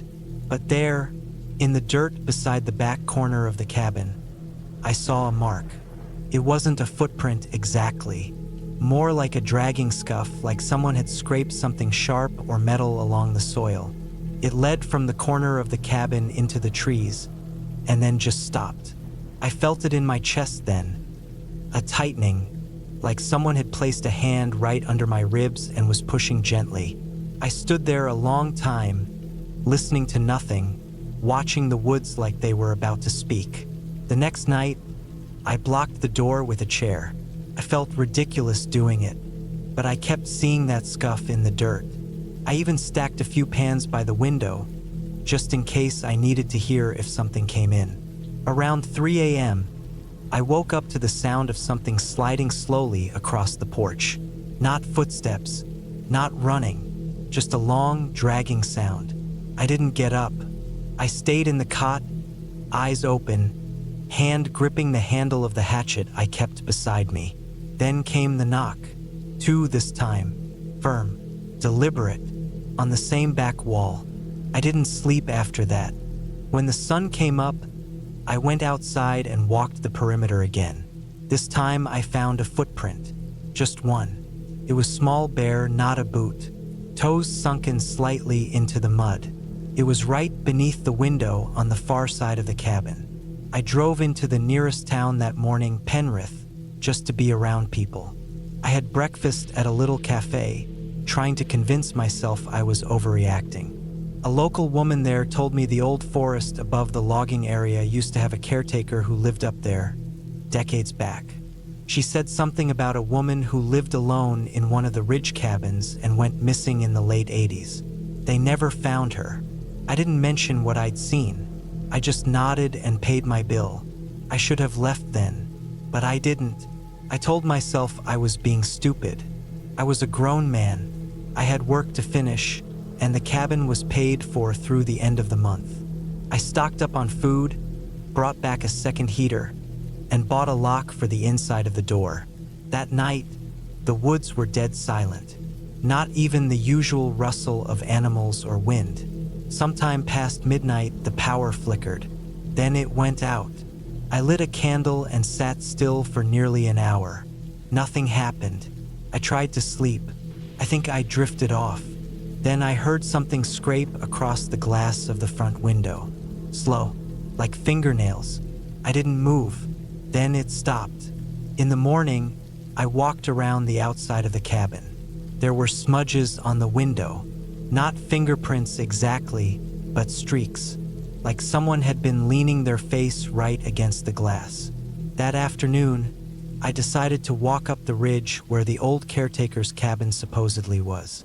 I didn't know exactly where it had been, but I figured if I could find the foundation, it might help me understand why I was seeing what I was seeing. I followed an old trail up through the trees. After maybe 2 hours of hiking, I found it. An old clearing, and the remains of a foundation half sunk into the soil. Stone blocks, some blackened wood, and a pile of broken roof tiles. But what got me was the smell. The place smelled like wet rust and rot, even though there was nothing fresh there, just old timber and moss. In the center of the ruins, someone had built a crude shape out of stones, like a circle with a flat spot in the middle. I didn't stay long. I got this feeling deep in my bones, like someone was watching me.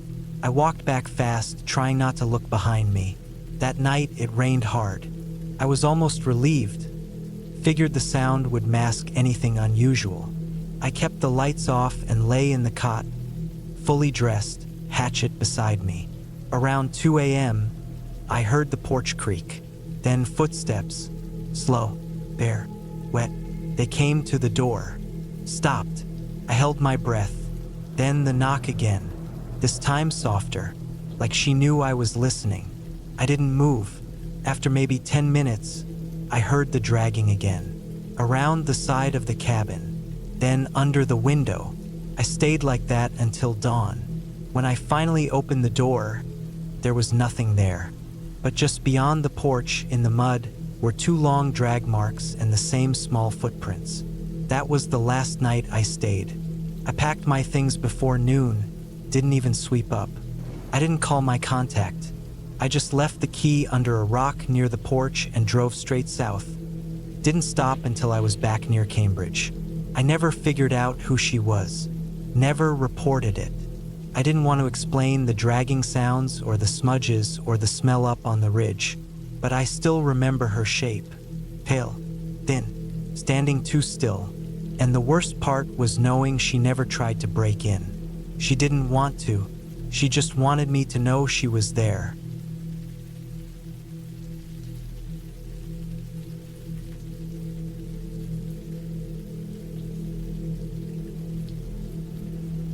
It was supposed to be a peaceful weekend, a chance to escape the grind of work and enjoy some quiet time with my dog, Max. I'd been feeling burned out for months, and when the opportunity came up to rent a small, isolated cabin in the woods, I jumped at it. I figured it would be a perfect way to reset, unwind, and spend some quality time with Max. I had rented the cabin in the woods near a small town in Vermont, about 2 hours from where I lived. It was a place I'd heard about from a friend of a friend, someone who swore by its solitude. The cabin itself was tucked deep into the forest, miles away from the nearest neighbor. The kind of place you don't just stumble upon unless you're looking for it. The drive there was long and winding, with the sun low in the sky, casting long shadows across the road. Max sat in the passenger seat, his head resting on the armrest, ears perked up as we drove through the dense trees. We finally arrived just as dusk was settling in, and a crisp chill hung in the air. The cabin was small but charming, made of aged wood with a stone chimney and a porch that looked out over the forest. It was exactly what I had hoped for. I unpacked quickly, setting up Max's bed by the fireplace and taking a moment to breathe in the silence. It was beautiful, the kind of quiet you could only find in the heart of the woods. No traffic, no sirens, just the soft rustle of the trees and the occasional call of a distant bird. I felt my tension start to melt away. Max was already investigating the area, sniffing around the porch and wagging his tail. He was a big dog, a mix of shepherd and husky, with striking blue eyes and a thick, double coat. He was always my companion on hikes, my protector, and my confidant. I knew that if anything went wrong out here, I could count on him. We spent the rest of the evening settling in. I made a simple dinner, some pasta and a salad, and then we both retreated to the living room. The fire crackled in the hearth, and I sat back, stretching my legs out and enjoying the warmth. Max curled up beside me on the couch, his head resting on my knee. I closed my eyes, letting the sound of the fire and the wind outside lull me into a sense of peace. I woke up sometime later, confused.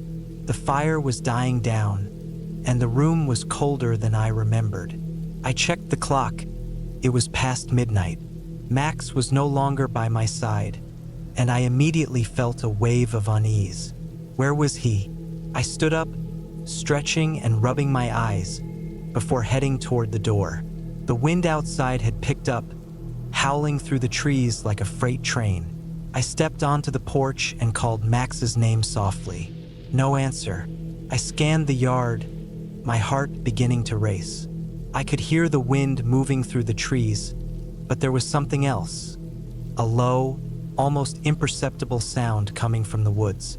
It was hard to place at first, but as I focused, I realized it was Max's bark.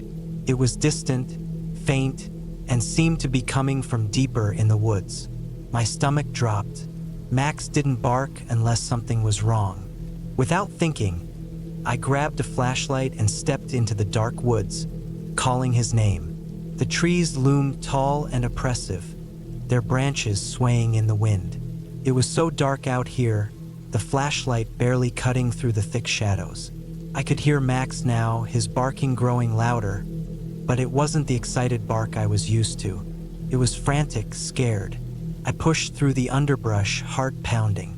The flashlight's beam bounced off the trunks of trees, casting eerie shapes in the darkness. My mind raced. Was he hurt? Trapped? Or worse, was something out there with him? Finally, after what felt like an eternity, I found him. Max was standing at the edge of a small clearing, his fur bristling, his body stiff with tension. He was staring into the woods beyond, his hackles raised.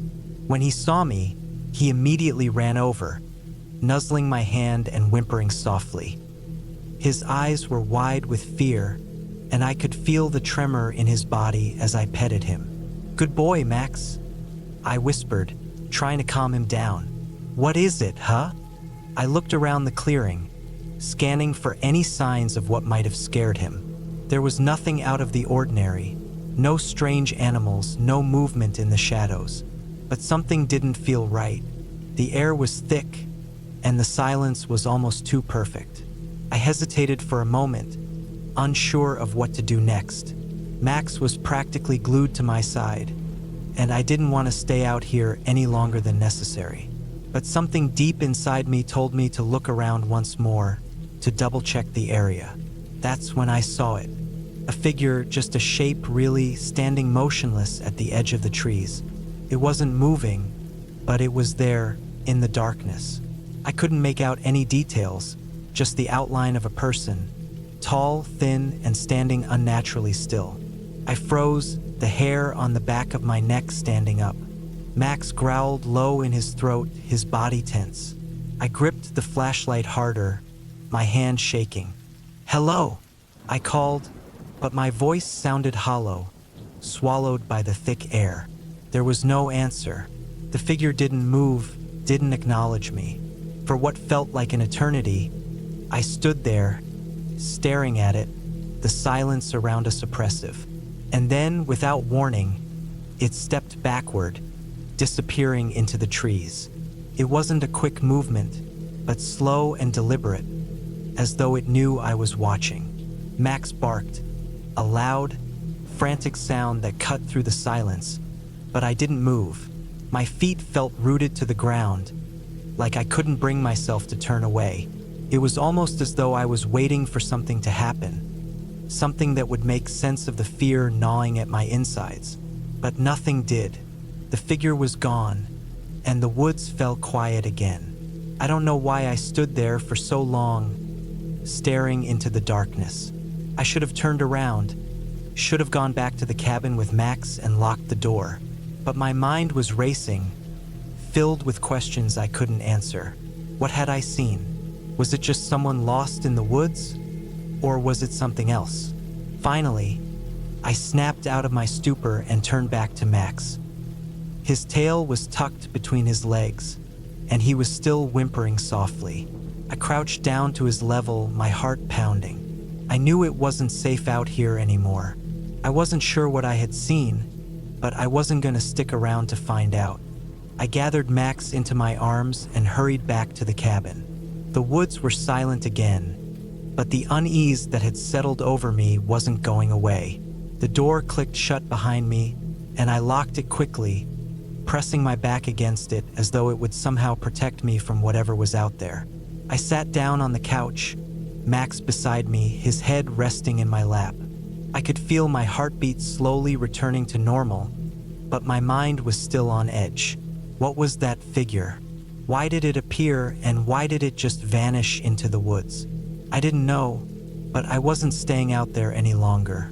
The next morning, I packed up and left, leaving the cabin behind without a second thought. The drive home was quiet, the tension from the night before still hanging in the air. But as I got closer to town, a strange sense of relief washed over me. I didn't need answers. All I needed was to leave that place behind. Max had been my anchor, and I knew I'd never forget the way he protected me that night, the way he instinctively knew something was wrong. I don't know if it was a person, some kind of animal, or something else entirely. But whatever it was, I knew I wasn't going back.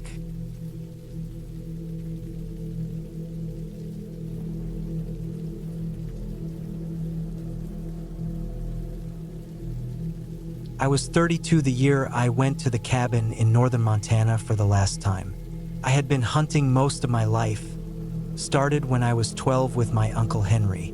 My old man wasn't the outdoor type. He worked a machine press back in Billings and came home every night tired and full of stories about men losing fingers or eyes to carelessness. He thought hunting was just another way to get yourself killed for nothing. But Uncle Henry showed me the ropes, taught me to track, gut, skin, and quarter. He passed when I was 25, and I inherited the small cabin he had built with his hands. It was a simple place. Single room with stove, bunk, small pantry, and a locked shed out back with the tools and a backup generator. No phone. No plumbing. Just the forest and the quiet. It sat off a dirt road that most people didn't know existed, a couple of miles from the Canadian border, near Glacier National Park, but not inside it. The land around it was dense, hard, and wild. The kind of place where if you got lost, they'd maybe find your boots and belt weeks later, if that. I went up there every fall without fail, usually alone, sometimes with a buddy or two. That year, I went solo. Life had been hard that summer. I just split from my girlfriend, and my work as a mechanic had slowed way down. I figured 2 weeks off the grid would help clear my head. I drove up on a Tuesday in early October. The leaves were already a mix of gold and fire red, and the air had that bite in it that told you winter wasn't far. I had my Remington 700, my gear, 2 weeks worth of canned food, jerky, rice, and water. I brought extra fuel and propane for cooking, and a cooler full of beer. The ride up was long and uneventful. Gravel crunching under the tires, pines crowding both sides of the road, sky wide and clear. When I reached the cabin, everything looked as it always had. I unlocked the door, aired it out, checked for mice or signs of animals. Nothing out of place. The pantry still had some dried beans and flour from the previous year. I lit the stove, unpacked, and settled in. The first night was peaceful. I listened to the fire crackle, had a few beers, and fell asleep with the kind of silence you can only get in the deep woods. The second day, I scouted the area. Tracks were fresh deer, some elk. I found signs of bear too. Claw marks on a tree, scat. Nothing unusual. On the third day, I went deeper into the forest. I had a good vantage point on a ridge about 2 miles from the cabin, and I spent hours glassing the trees and meadows with my binoculars. I didn't fire a shot that day, but I wasn't in a rush. The air was cold and dry, my boots sturdy beneath me, and the forest was alive in its own slow way. I loved that feeling, watching, waiting. That night, I heard something strange. Around 3 a.m., I woke up to what I thought was a branch snapping near the shed. I sat up in bed, heart thudding, ears straining. Could have been an animal. Could have been nothing. I grabbed my flashlight and stepped outside in my long johns and boots. The cold hit me hard. The light swept across the yard. Nothing. I walked over to the shed. Lock was still in place. No signs of forced entry. I waited a few minutes, listening. Heard nothing. Just wind in the trees. I went back inside and didn't sleep much after that. The next day, I hunted closer to the cabin. Around noon, I bagged a mule deer buck not far from the creek. Clean shot through the heart. I field dressed it, loaded it onto the sled I kept under the porch, and hauled it back to the cabin. Took me the rest of the day to hang it up and start the butchering. That night, I was exhausted. I fell asleep early. But again, sometime in the dead of night, I woke up. This time to a soft thudding sound. Not sharp like a branch snapping. Duller, like someone stepping onto the porch too hard. My skin went cold. I reached for the rifle, sat still for maybe 10 minutes. Didn't hear it again. Eventually I drifted off, but it didn't sit right. I started noticing more odd things after that. One morning, I went outside to take a leak and saw boot prints behind the cabin. Not mine. They were too wide, too deep. Whoever made them was heavier than me and had walked right up to the back wall and stopped. I followed the prints for a short distance until they vanished near the tree line. It had frosted the night before, so the prints were crisp. That same afternoon, I discovered one of my trail markers had been moved. A piece of red cloth I tied to a pine branch was gone, and another one, same color, same type, was tied further down, pointing in the wrong direction. I never moved my markers once they were set. I chalked it up to hikers or hunters, but deep down I knew no one should be out here. This area wasn't on any trail map. And it wasn't just one weird thing, it was stacking up. The moved cloth, the prints, the noises. On the 7th night, it got worse. I woke up again around 2:30 a.m. This time, it wasn't a sound that did it, it was the smell. The air inside the cabin was sharp and sour, like rot or unwashed flesh. It wasn't coming from the meat. That was stored properly. I grabbed the flashlight, hand shaking, and shone it around the room. Nothing. I checked outside. Wind was still moon low. No movement. But the smell stuck to me, thick and awful. I didn't sleep after that. I sat up with the rifle in my lap until dawn. By then, I was running low on sleep and patience. I wanted to leave, but something kept me there. Pride maybe, or stubbornness, or the thought that maybe I was just unraveling from the solitude. The next day, I decided to do a wide loop hike. I wanted to see if I could find anyone else out there. Another camp, maybe tracks. I hiked 8 miles through thick woods, over rocks and creeks, through high grass. I didn't see another soul, but I did find something. Around mid-afternoon, I came across an old rusted oil drum partially buried in the earth. Nearby were bones. Not fresh, weathered. Could have been deer or elk, but some of them didn't look right. One femur looked too short and thick for a deer. Nearby, I found a small pile of clothing scraps. Flannel, jeans, a ripped-up boot. I stood there for a long time just staring. When I got back to the cabin, I pulled all my gear inside, shut and bolted the door, and kept the rifle next to me at all times. I didn't light a fire that night. I didn't cook. I didn't even eat. I sat in the dark, staring at the door. Around 1 a.m., I heard footsteps on the porch.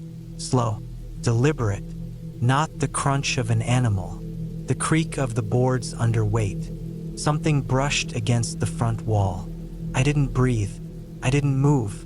The footsteps stayed there a long time, just on the other side of the door. Then nothing. I stayed awake until dawn. When the sun rose, I opened the door, gun in hand, and found deep boot prints in the frost. Wide and long, heavier than any man I'd ever met, and spaced too far apart like someone with an odd gait. That was it. I packed everything, meat, gear, whatever I could fit, left the rest, locked the cabin, loaded the truck, and drove without stopping. Not even for gas. Didn't eat, didn't sleep. When I hit cell range 3 hours later, I called the local ranger office and told them what I saw vaguely. They said they'd check it out. I never heard back. I haven't been back to that cabin since. I sold it the following spring to a man from Bozeman. I never met him, just signed the paperwork through a lawyer.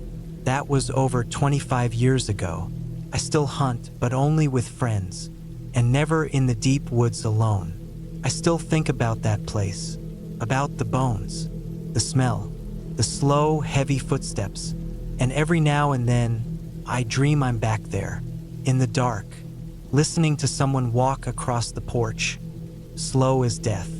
I wake up before they open the door, every time.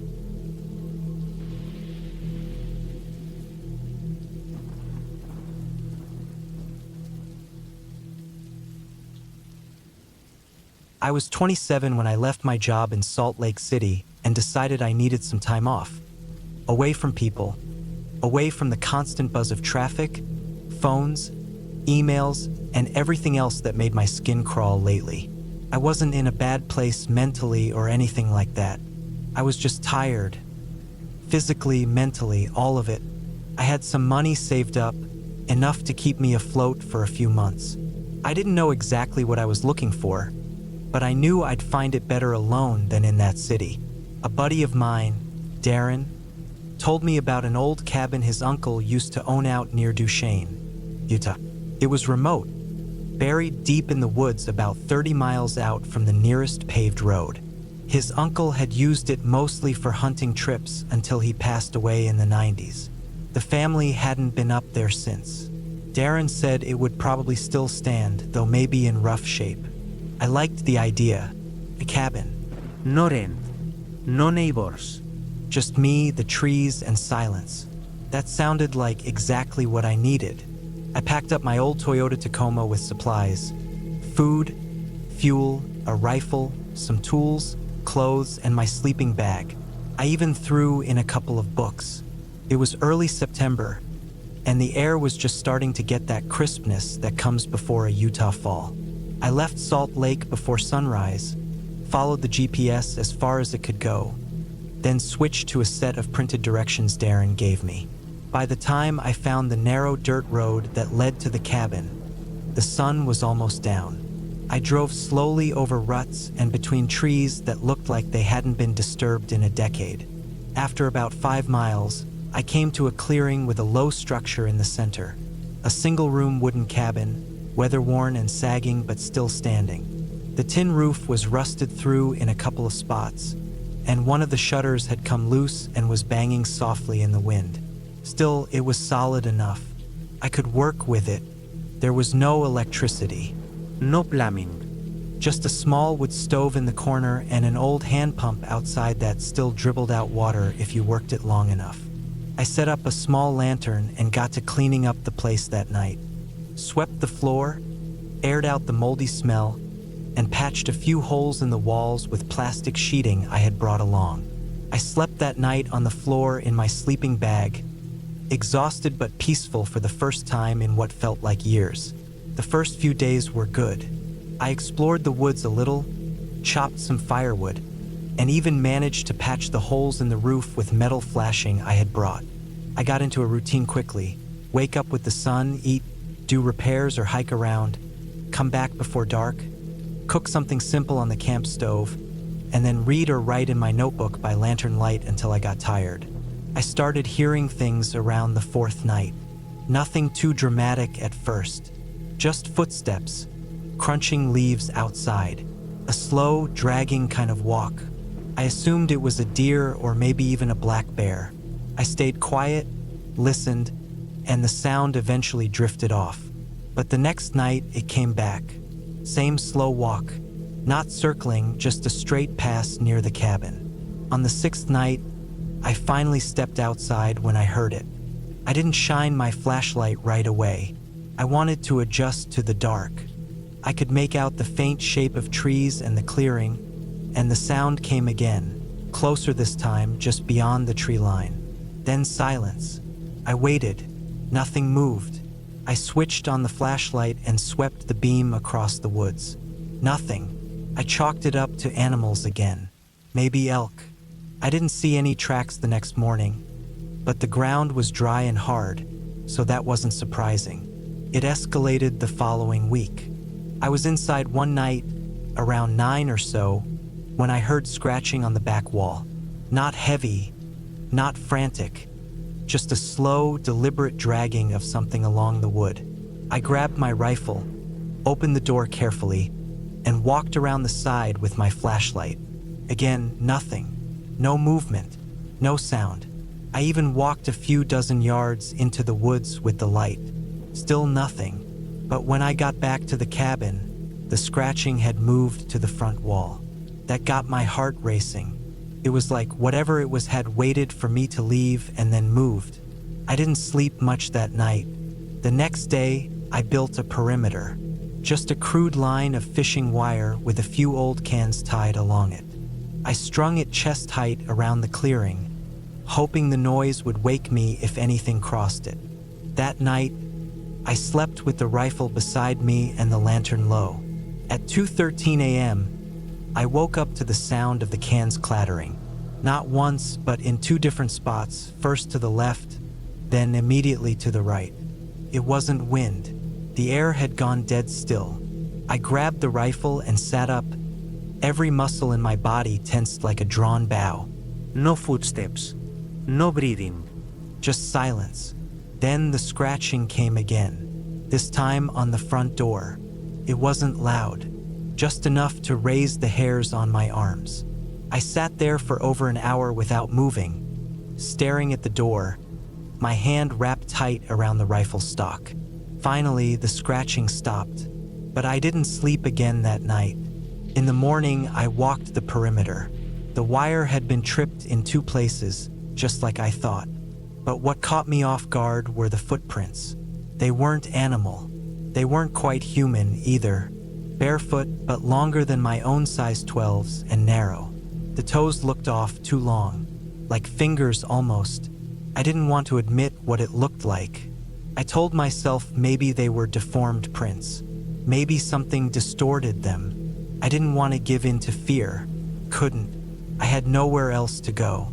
That afternoon, I built a second perimeter farther out, just in case.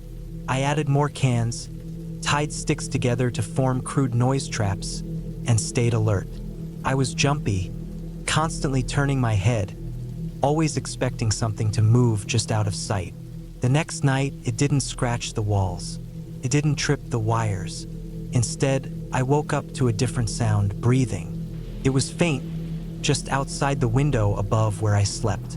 Slow, heavy, nasal breathing, like something large was crouched just outside the glass. I didn't move. I didn't even open my eyes for a long time. I just listened, my ears straining. Then it stopped. I forced myself to sit up and look. The window was smeared. Long streaks of some oily residue ran down the glass, like something had pressed its face to it. I started considering leaving, but I wasn't sure I could make it back safely in the dark, and I didn't want to try in the middle of the night. I waited for sunrise.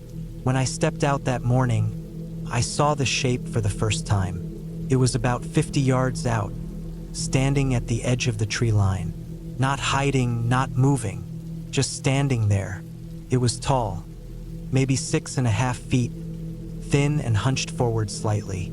It was naked, but its skin was covered in what looked like patches of dark, dried mud or rot. Its arms were long, hanging low, and the fingers were unnaturally slender. The head was wrong, long and narrow, with a strange tilt, like it was listening. I raised the rifle. It didn't move.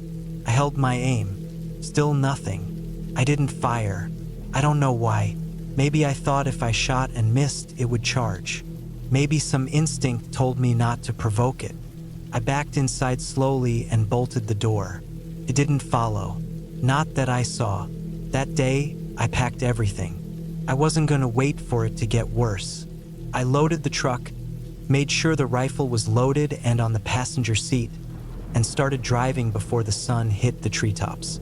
I didn't see it again for the first few miles, but about 10 miles out, I saw something moving alongside the road, just within the trees.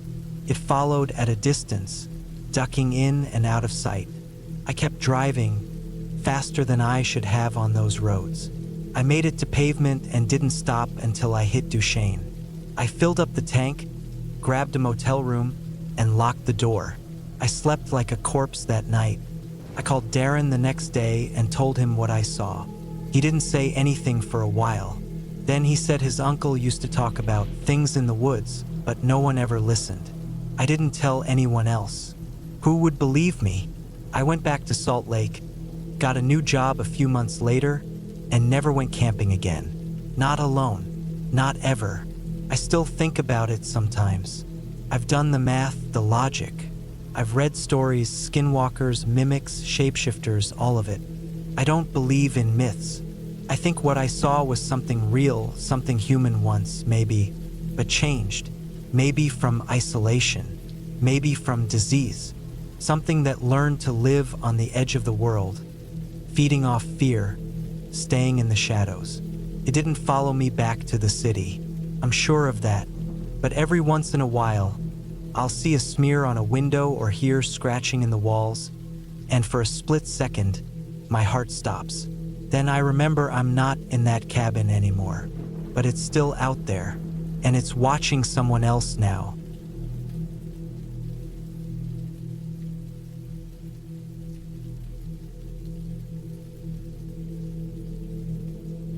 It was an unusually cold night when I arrived at the old farmhouse cabin. The kind of cold that crawls under your skin, no matter how many layers you pile on.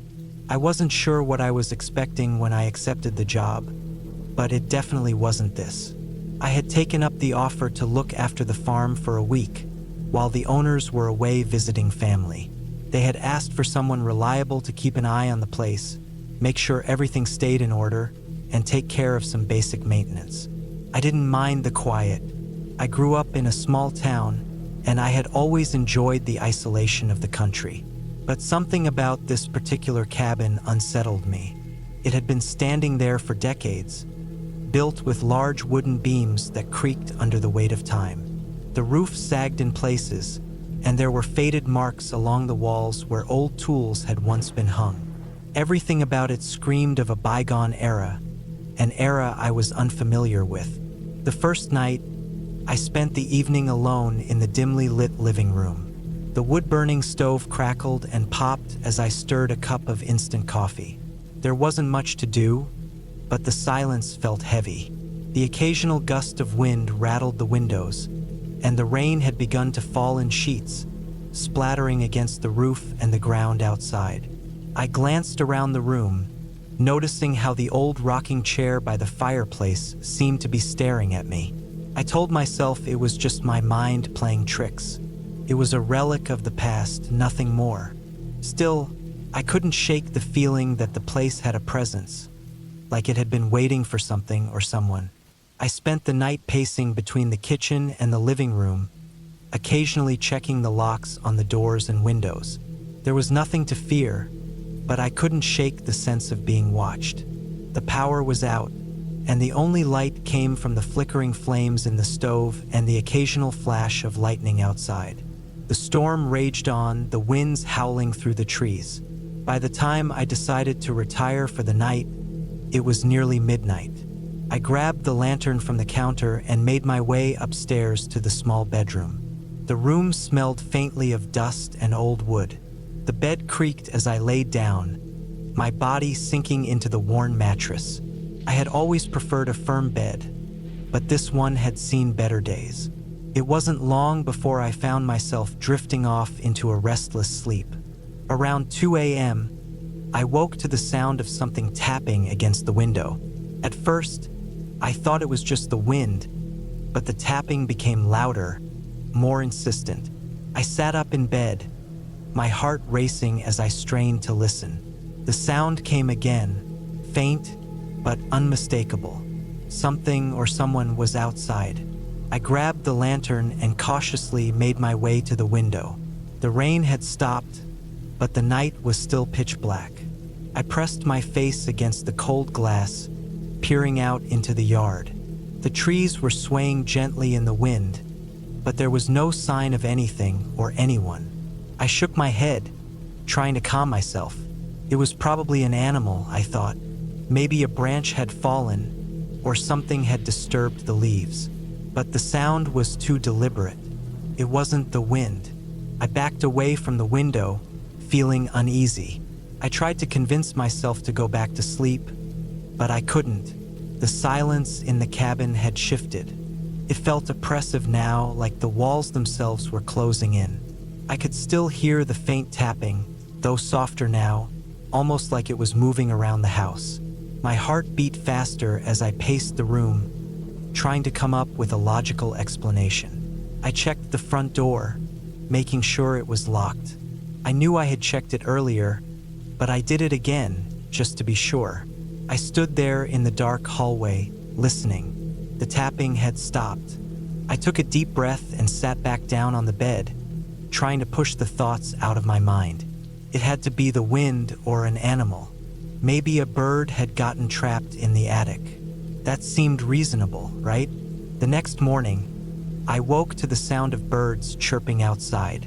The sun had finally broken through the clouds, and the cabin seemed warmer in the daylight. But the unease from the night before still lingered. I made my way downstairs and brewed a fresh pot of coffee, my mind replaying the events of the previous night. I couldn't explain the tapping, and I hated that I couldn't. I decided to take a walk around the property to clear my head. The farm was large, stretching out beyond the cabin with fields of tall grass and a few scattered trees. The barn was located behind the house, an old structure that looked like it had seen better days. I made my way toward it, noticing the old tractor parked out front, covered in rust. As I got closer to the barn, I noticed something odd. The barn door was slightly ajar. I was sure I had closed it the day before.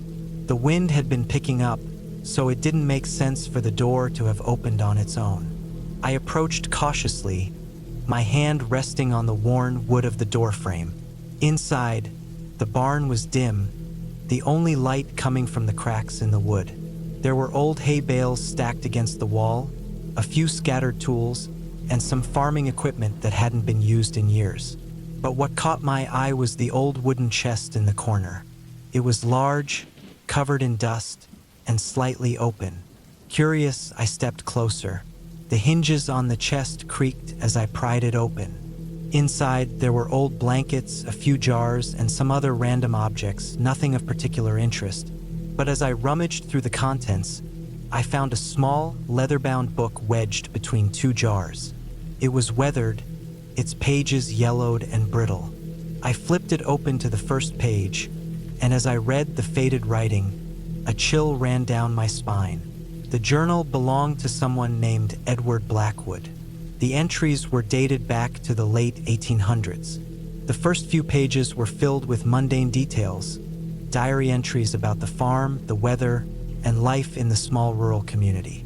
But as I turned the pages, the entries grew more unsettling. There were descriptions of strange noises at night, of footsteps outside the house when no one was around. There were mentions of a shadowy figure that watched the house from the woods, of people who had gone missing without a trace. The entries ended abruptly on a dark note. "They are coming for me. I can hear them at the door." The book had an unsettling weight to it, a presence that seemed to fill the room as I held it in my hands. I closed the chest, my mind racing with the implications of what I had just read. Could it have been a coincidence? The tapping on the window, the strange feeling I had in the cabin. It all felt connected somehow. I spent the rest of the day in a haze, my thoughts consumed by the journal and the strange occurrences around the farm. As nightfall approached, I couldn't shake the feeling that I wasn't alone. The cabin, once a peaceful refuge, now felt like a trap. I checked all the locks once again, and as I settled in for the night, I made sure to leave a light on in the living room, just to keep the darkness at bay. That night, the tapping came again. This time, I wasn't going to ignore it. I grabbed the lantern and made my way downstairs, my heart pounding in my chest. I wasn't sure what I was expecting, but I couldn't just sit there in silence, pretending everything was fine. I reached the front door, my breath shallow as I listened. The tapping was louder now, and it sounded like it was coming from the back of the house.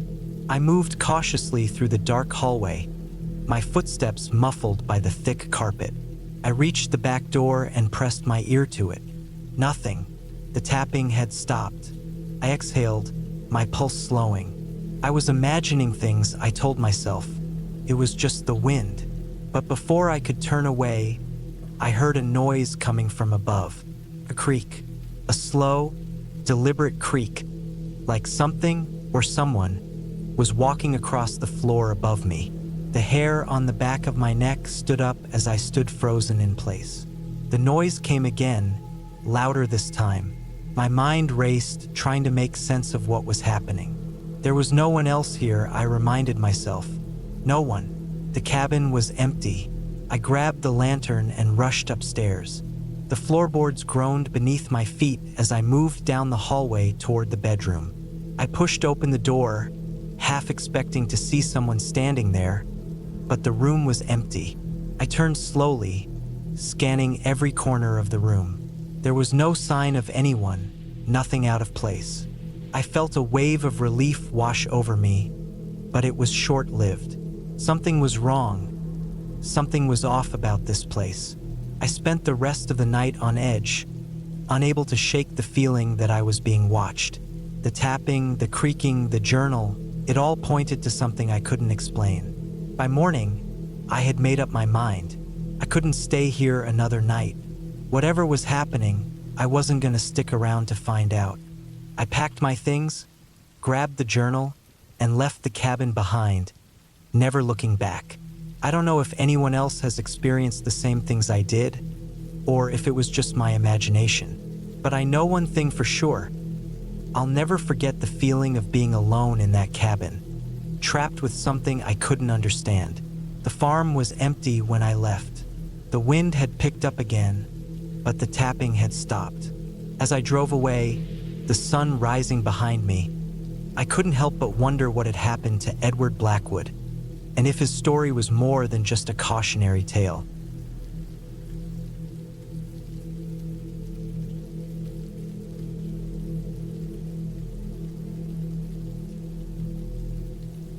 It was October 2018 when I got the job to fix up a small forest cabin about 12 miles out of Ashford, Washington. I was 36 at the time, single, working odd jobs, and doing small construction and maintenance gigs wherever they popped up.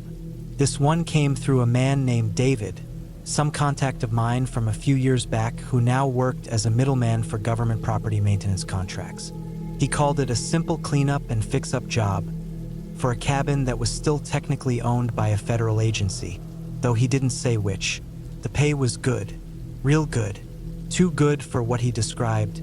3 weeks max, patching the roof, checking insulation, fixing a few doors, clearing brush. I had a beat-up white Tacoma and an old trailer I slept in sometimes if the place I was working at was too far from town. I hooked it up, stocked it with supplies, grabbed my tools, and drove up to the coordinates he gave me. The road to the cabin wasn't marked on any map. It split off from a rarely used gravel trail past a forestry checkpoint, wound through a couple miles of thick pine, then narrowed down to a barely passable dirt path. I had to put the truck in low gear a few times just to make it up the grade. The whole area smelled like cold pine and wet earth, and there were signs of bear and cougar all around. Tracks, scratched trees, even some fur on a barbed fence that had fallen down a slope. When I reached the cabin, I felt something strange. It was small, tucked into a hollow surrounded by trees that leaned in like they were listening. There was no driveway, no sign anyone had been there in years, and the windows were covered from the inside. The roof looked like it hadn't been maintained in a decade. The walls were weathered, boards split in places, and the whole thing sat like it was sagging into the dirt. I spent the first day walking the perimeter, inspecting everything. There were rusted tools outside, stacked firewood rotted to mush, and an old radio antenna bolted to the side of the building. I didn't find a generator or any wiring that suggested a connection to the grid. Inside, it was dust-thick and cold. The furniture was all original, plain wood and metal. Everything had a military feel to it, tight, compact, efficient. There was a map of the area pinned to one wall, notes scribbled on it in pencil, dates, initials. A filing cabinet in the corner was locked, the drawers heavy and steel reinforced. Nothing about this looked like a forest ranger station. Felt older, colder. I told myself it didn't matter. I had a job to do. I started with the roof. The first week was uneventful. I tore off rotten shingles, replaced cracked boards, and cleared the gutters. The place was remote, so I didn't see another soul out there, not even a hiker. Each night, I'd park the truck down the trail a bit, sleep in the trailer, cook my food on a propane stove, and keep a rifle nearby just in case of animals. On day 6, I found something strange behind the cabin. There was a small trapdoor half buried in moss. It blended perfectly into the ground and was chained shut with 2 padlocks. I hadn't seen it before because it was tucked beneath an overhang where firewood had once been piled. I didn't touch it at first, just stared at it for a while, thinking it might be a septic cover or a storm cellar. By day 8, curiosity got to me. I cut the locks with a grinder and opened it. The hatch led down a short metal stairwell into what looked like a storage room. It smelled like mold and rust. The walls were concrete, lined with shelves of faded boxes, tools, and equipment that reminded me of Cold War-era stuff. Radios, cassette tapes, folders sealed in plastic. That's when I started to think something was off. Inside one of the boxes was a file labeled A. Carter 6.1989 terminated. Inside were black and white photos, notes with redacted text, a small reel of 8mm film in a labeled case, and a pair of used latex gloves in a plastic bag. The file had detailed records of locations, dates, people, surveillance notes. I put it back quickly and sealed the hatch again. I told myself I'd just finish the job and go. No reason to mess with old government leftovers. But that night, I couldn't sleep.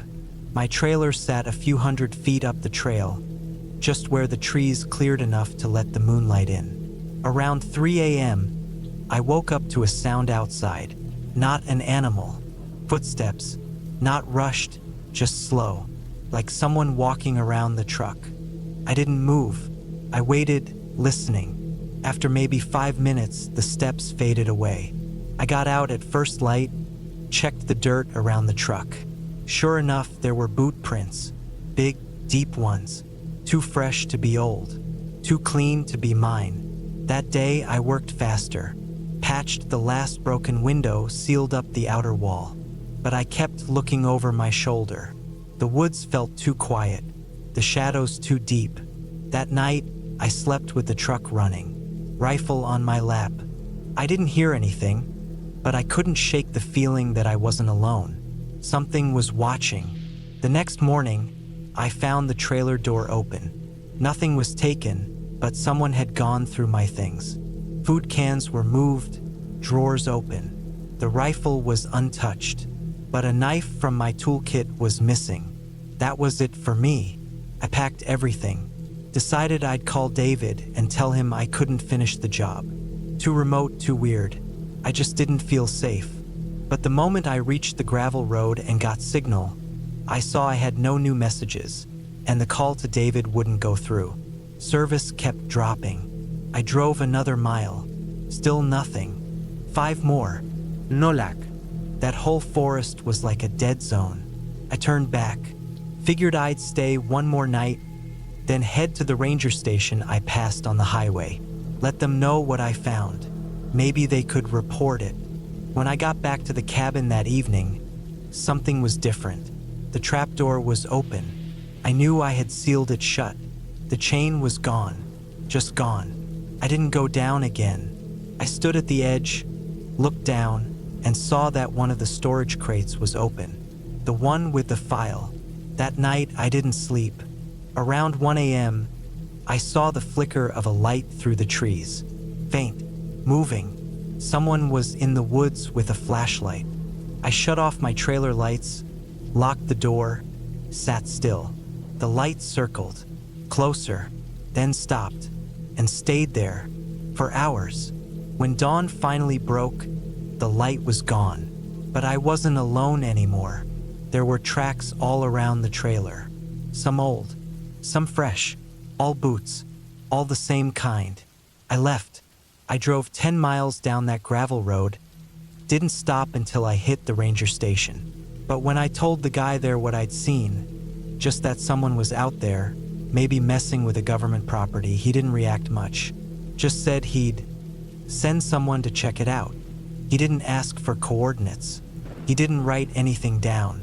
I didn't go back to the cabin. 2 weeks later, back home in Spokane, I got a letter. No return address. Just a plain envelope with my name on it. Inside was a single photo. It was me, standing outside the cabin. looking up at the roof. Someone had taken it from the trees, from behind. I never heard the shutter, never saw a lens. I don't know how long they'd been watching. I moved a month later, changed my phone, deleted old contacts. I never heard from David again. Never got paid either. When I tried to trace him, there was nothing. His number was out of service, and no one at the contracting firm knew who he was. For a long time, I didn't tell anyone. I tried to let it go. Told myself it was just old spook stuff, abandoned Cold War files, nothing to do with me. Until 3 years later, when I was living in Coos Bay, Oregon. I came home from work, and there was a black SUV parked across the street. Tinted windows, engine off. No plats. It sat there for 5 hours. I never saw who was inside. When it left, it didn't speed. Just rolled down the road and disappeared. That night, I slept with the lights on. Since then, every once in a while I see someone, not always the same. Sometimes a man in a ball cap watching from a car. Sometimes a woman with a clipboard across from my job. Never the same face twice. But I know they're connected. They don't do anything. Just watch. Like they're waiting to see if I say something. If I tell someone. But I haven't. Not until now. And here's the part one never told anyone. The file I found? I didn't leave it in the cabin. I took it. I kept it sealed in a bag, in a storage locker under a false name. I haven't opened it since. But if anything ever happens to me, if I disappear, it's going to a reporter I trust in Seattle. I already mailed them the key, told them to wait. I don't know who those people were. I don't know if the man they terminated was really who they said. But I know they killed him. I know they were watching me, and I know they're still out there. So I don't sleep easy anymore. And every time I hear a camera click or see a black SUV or lose cell signal in the woods, I wonder if I should have just burned the whole place down the day I found that hatch. But it's too late for that now.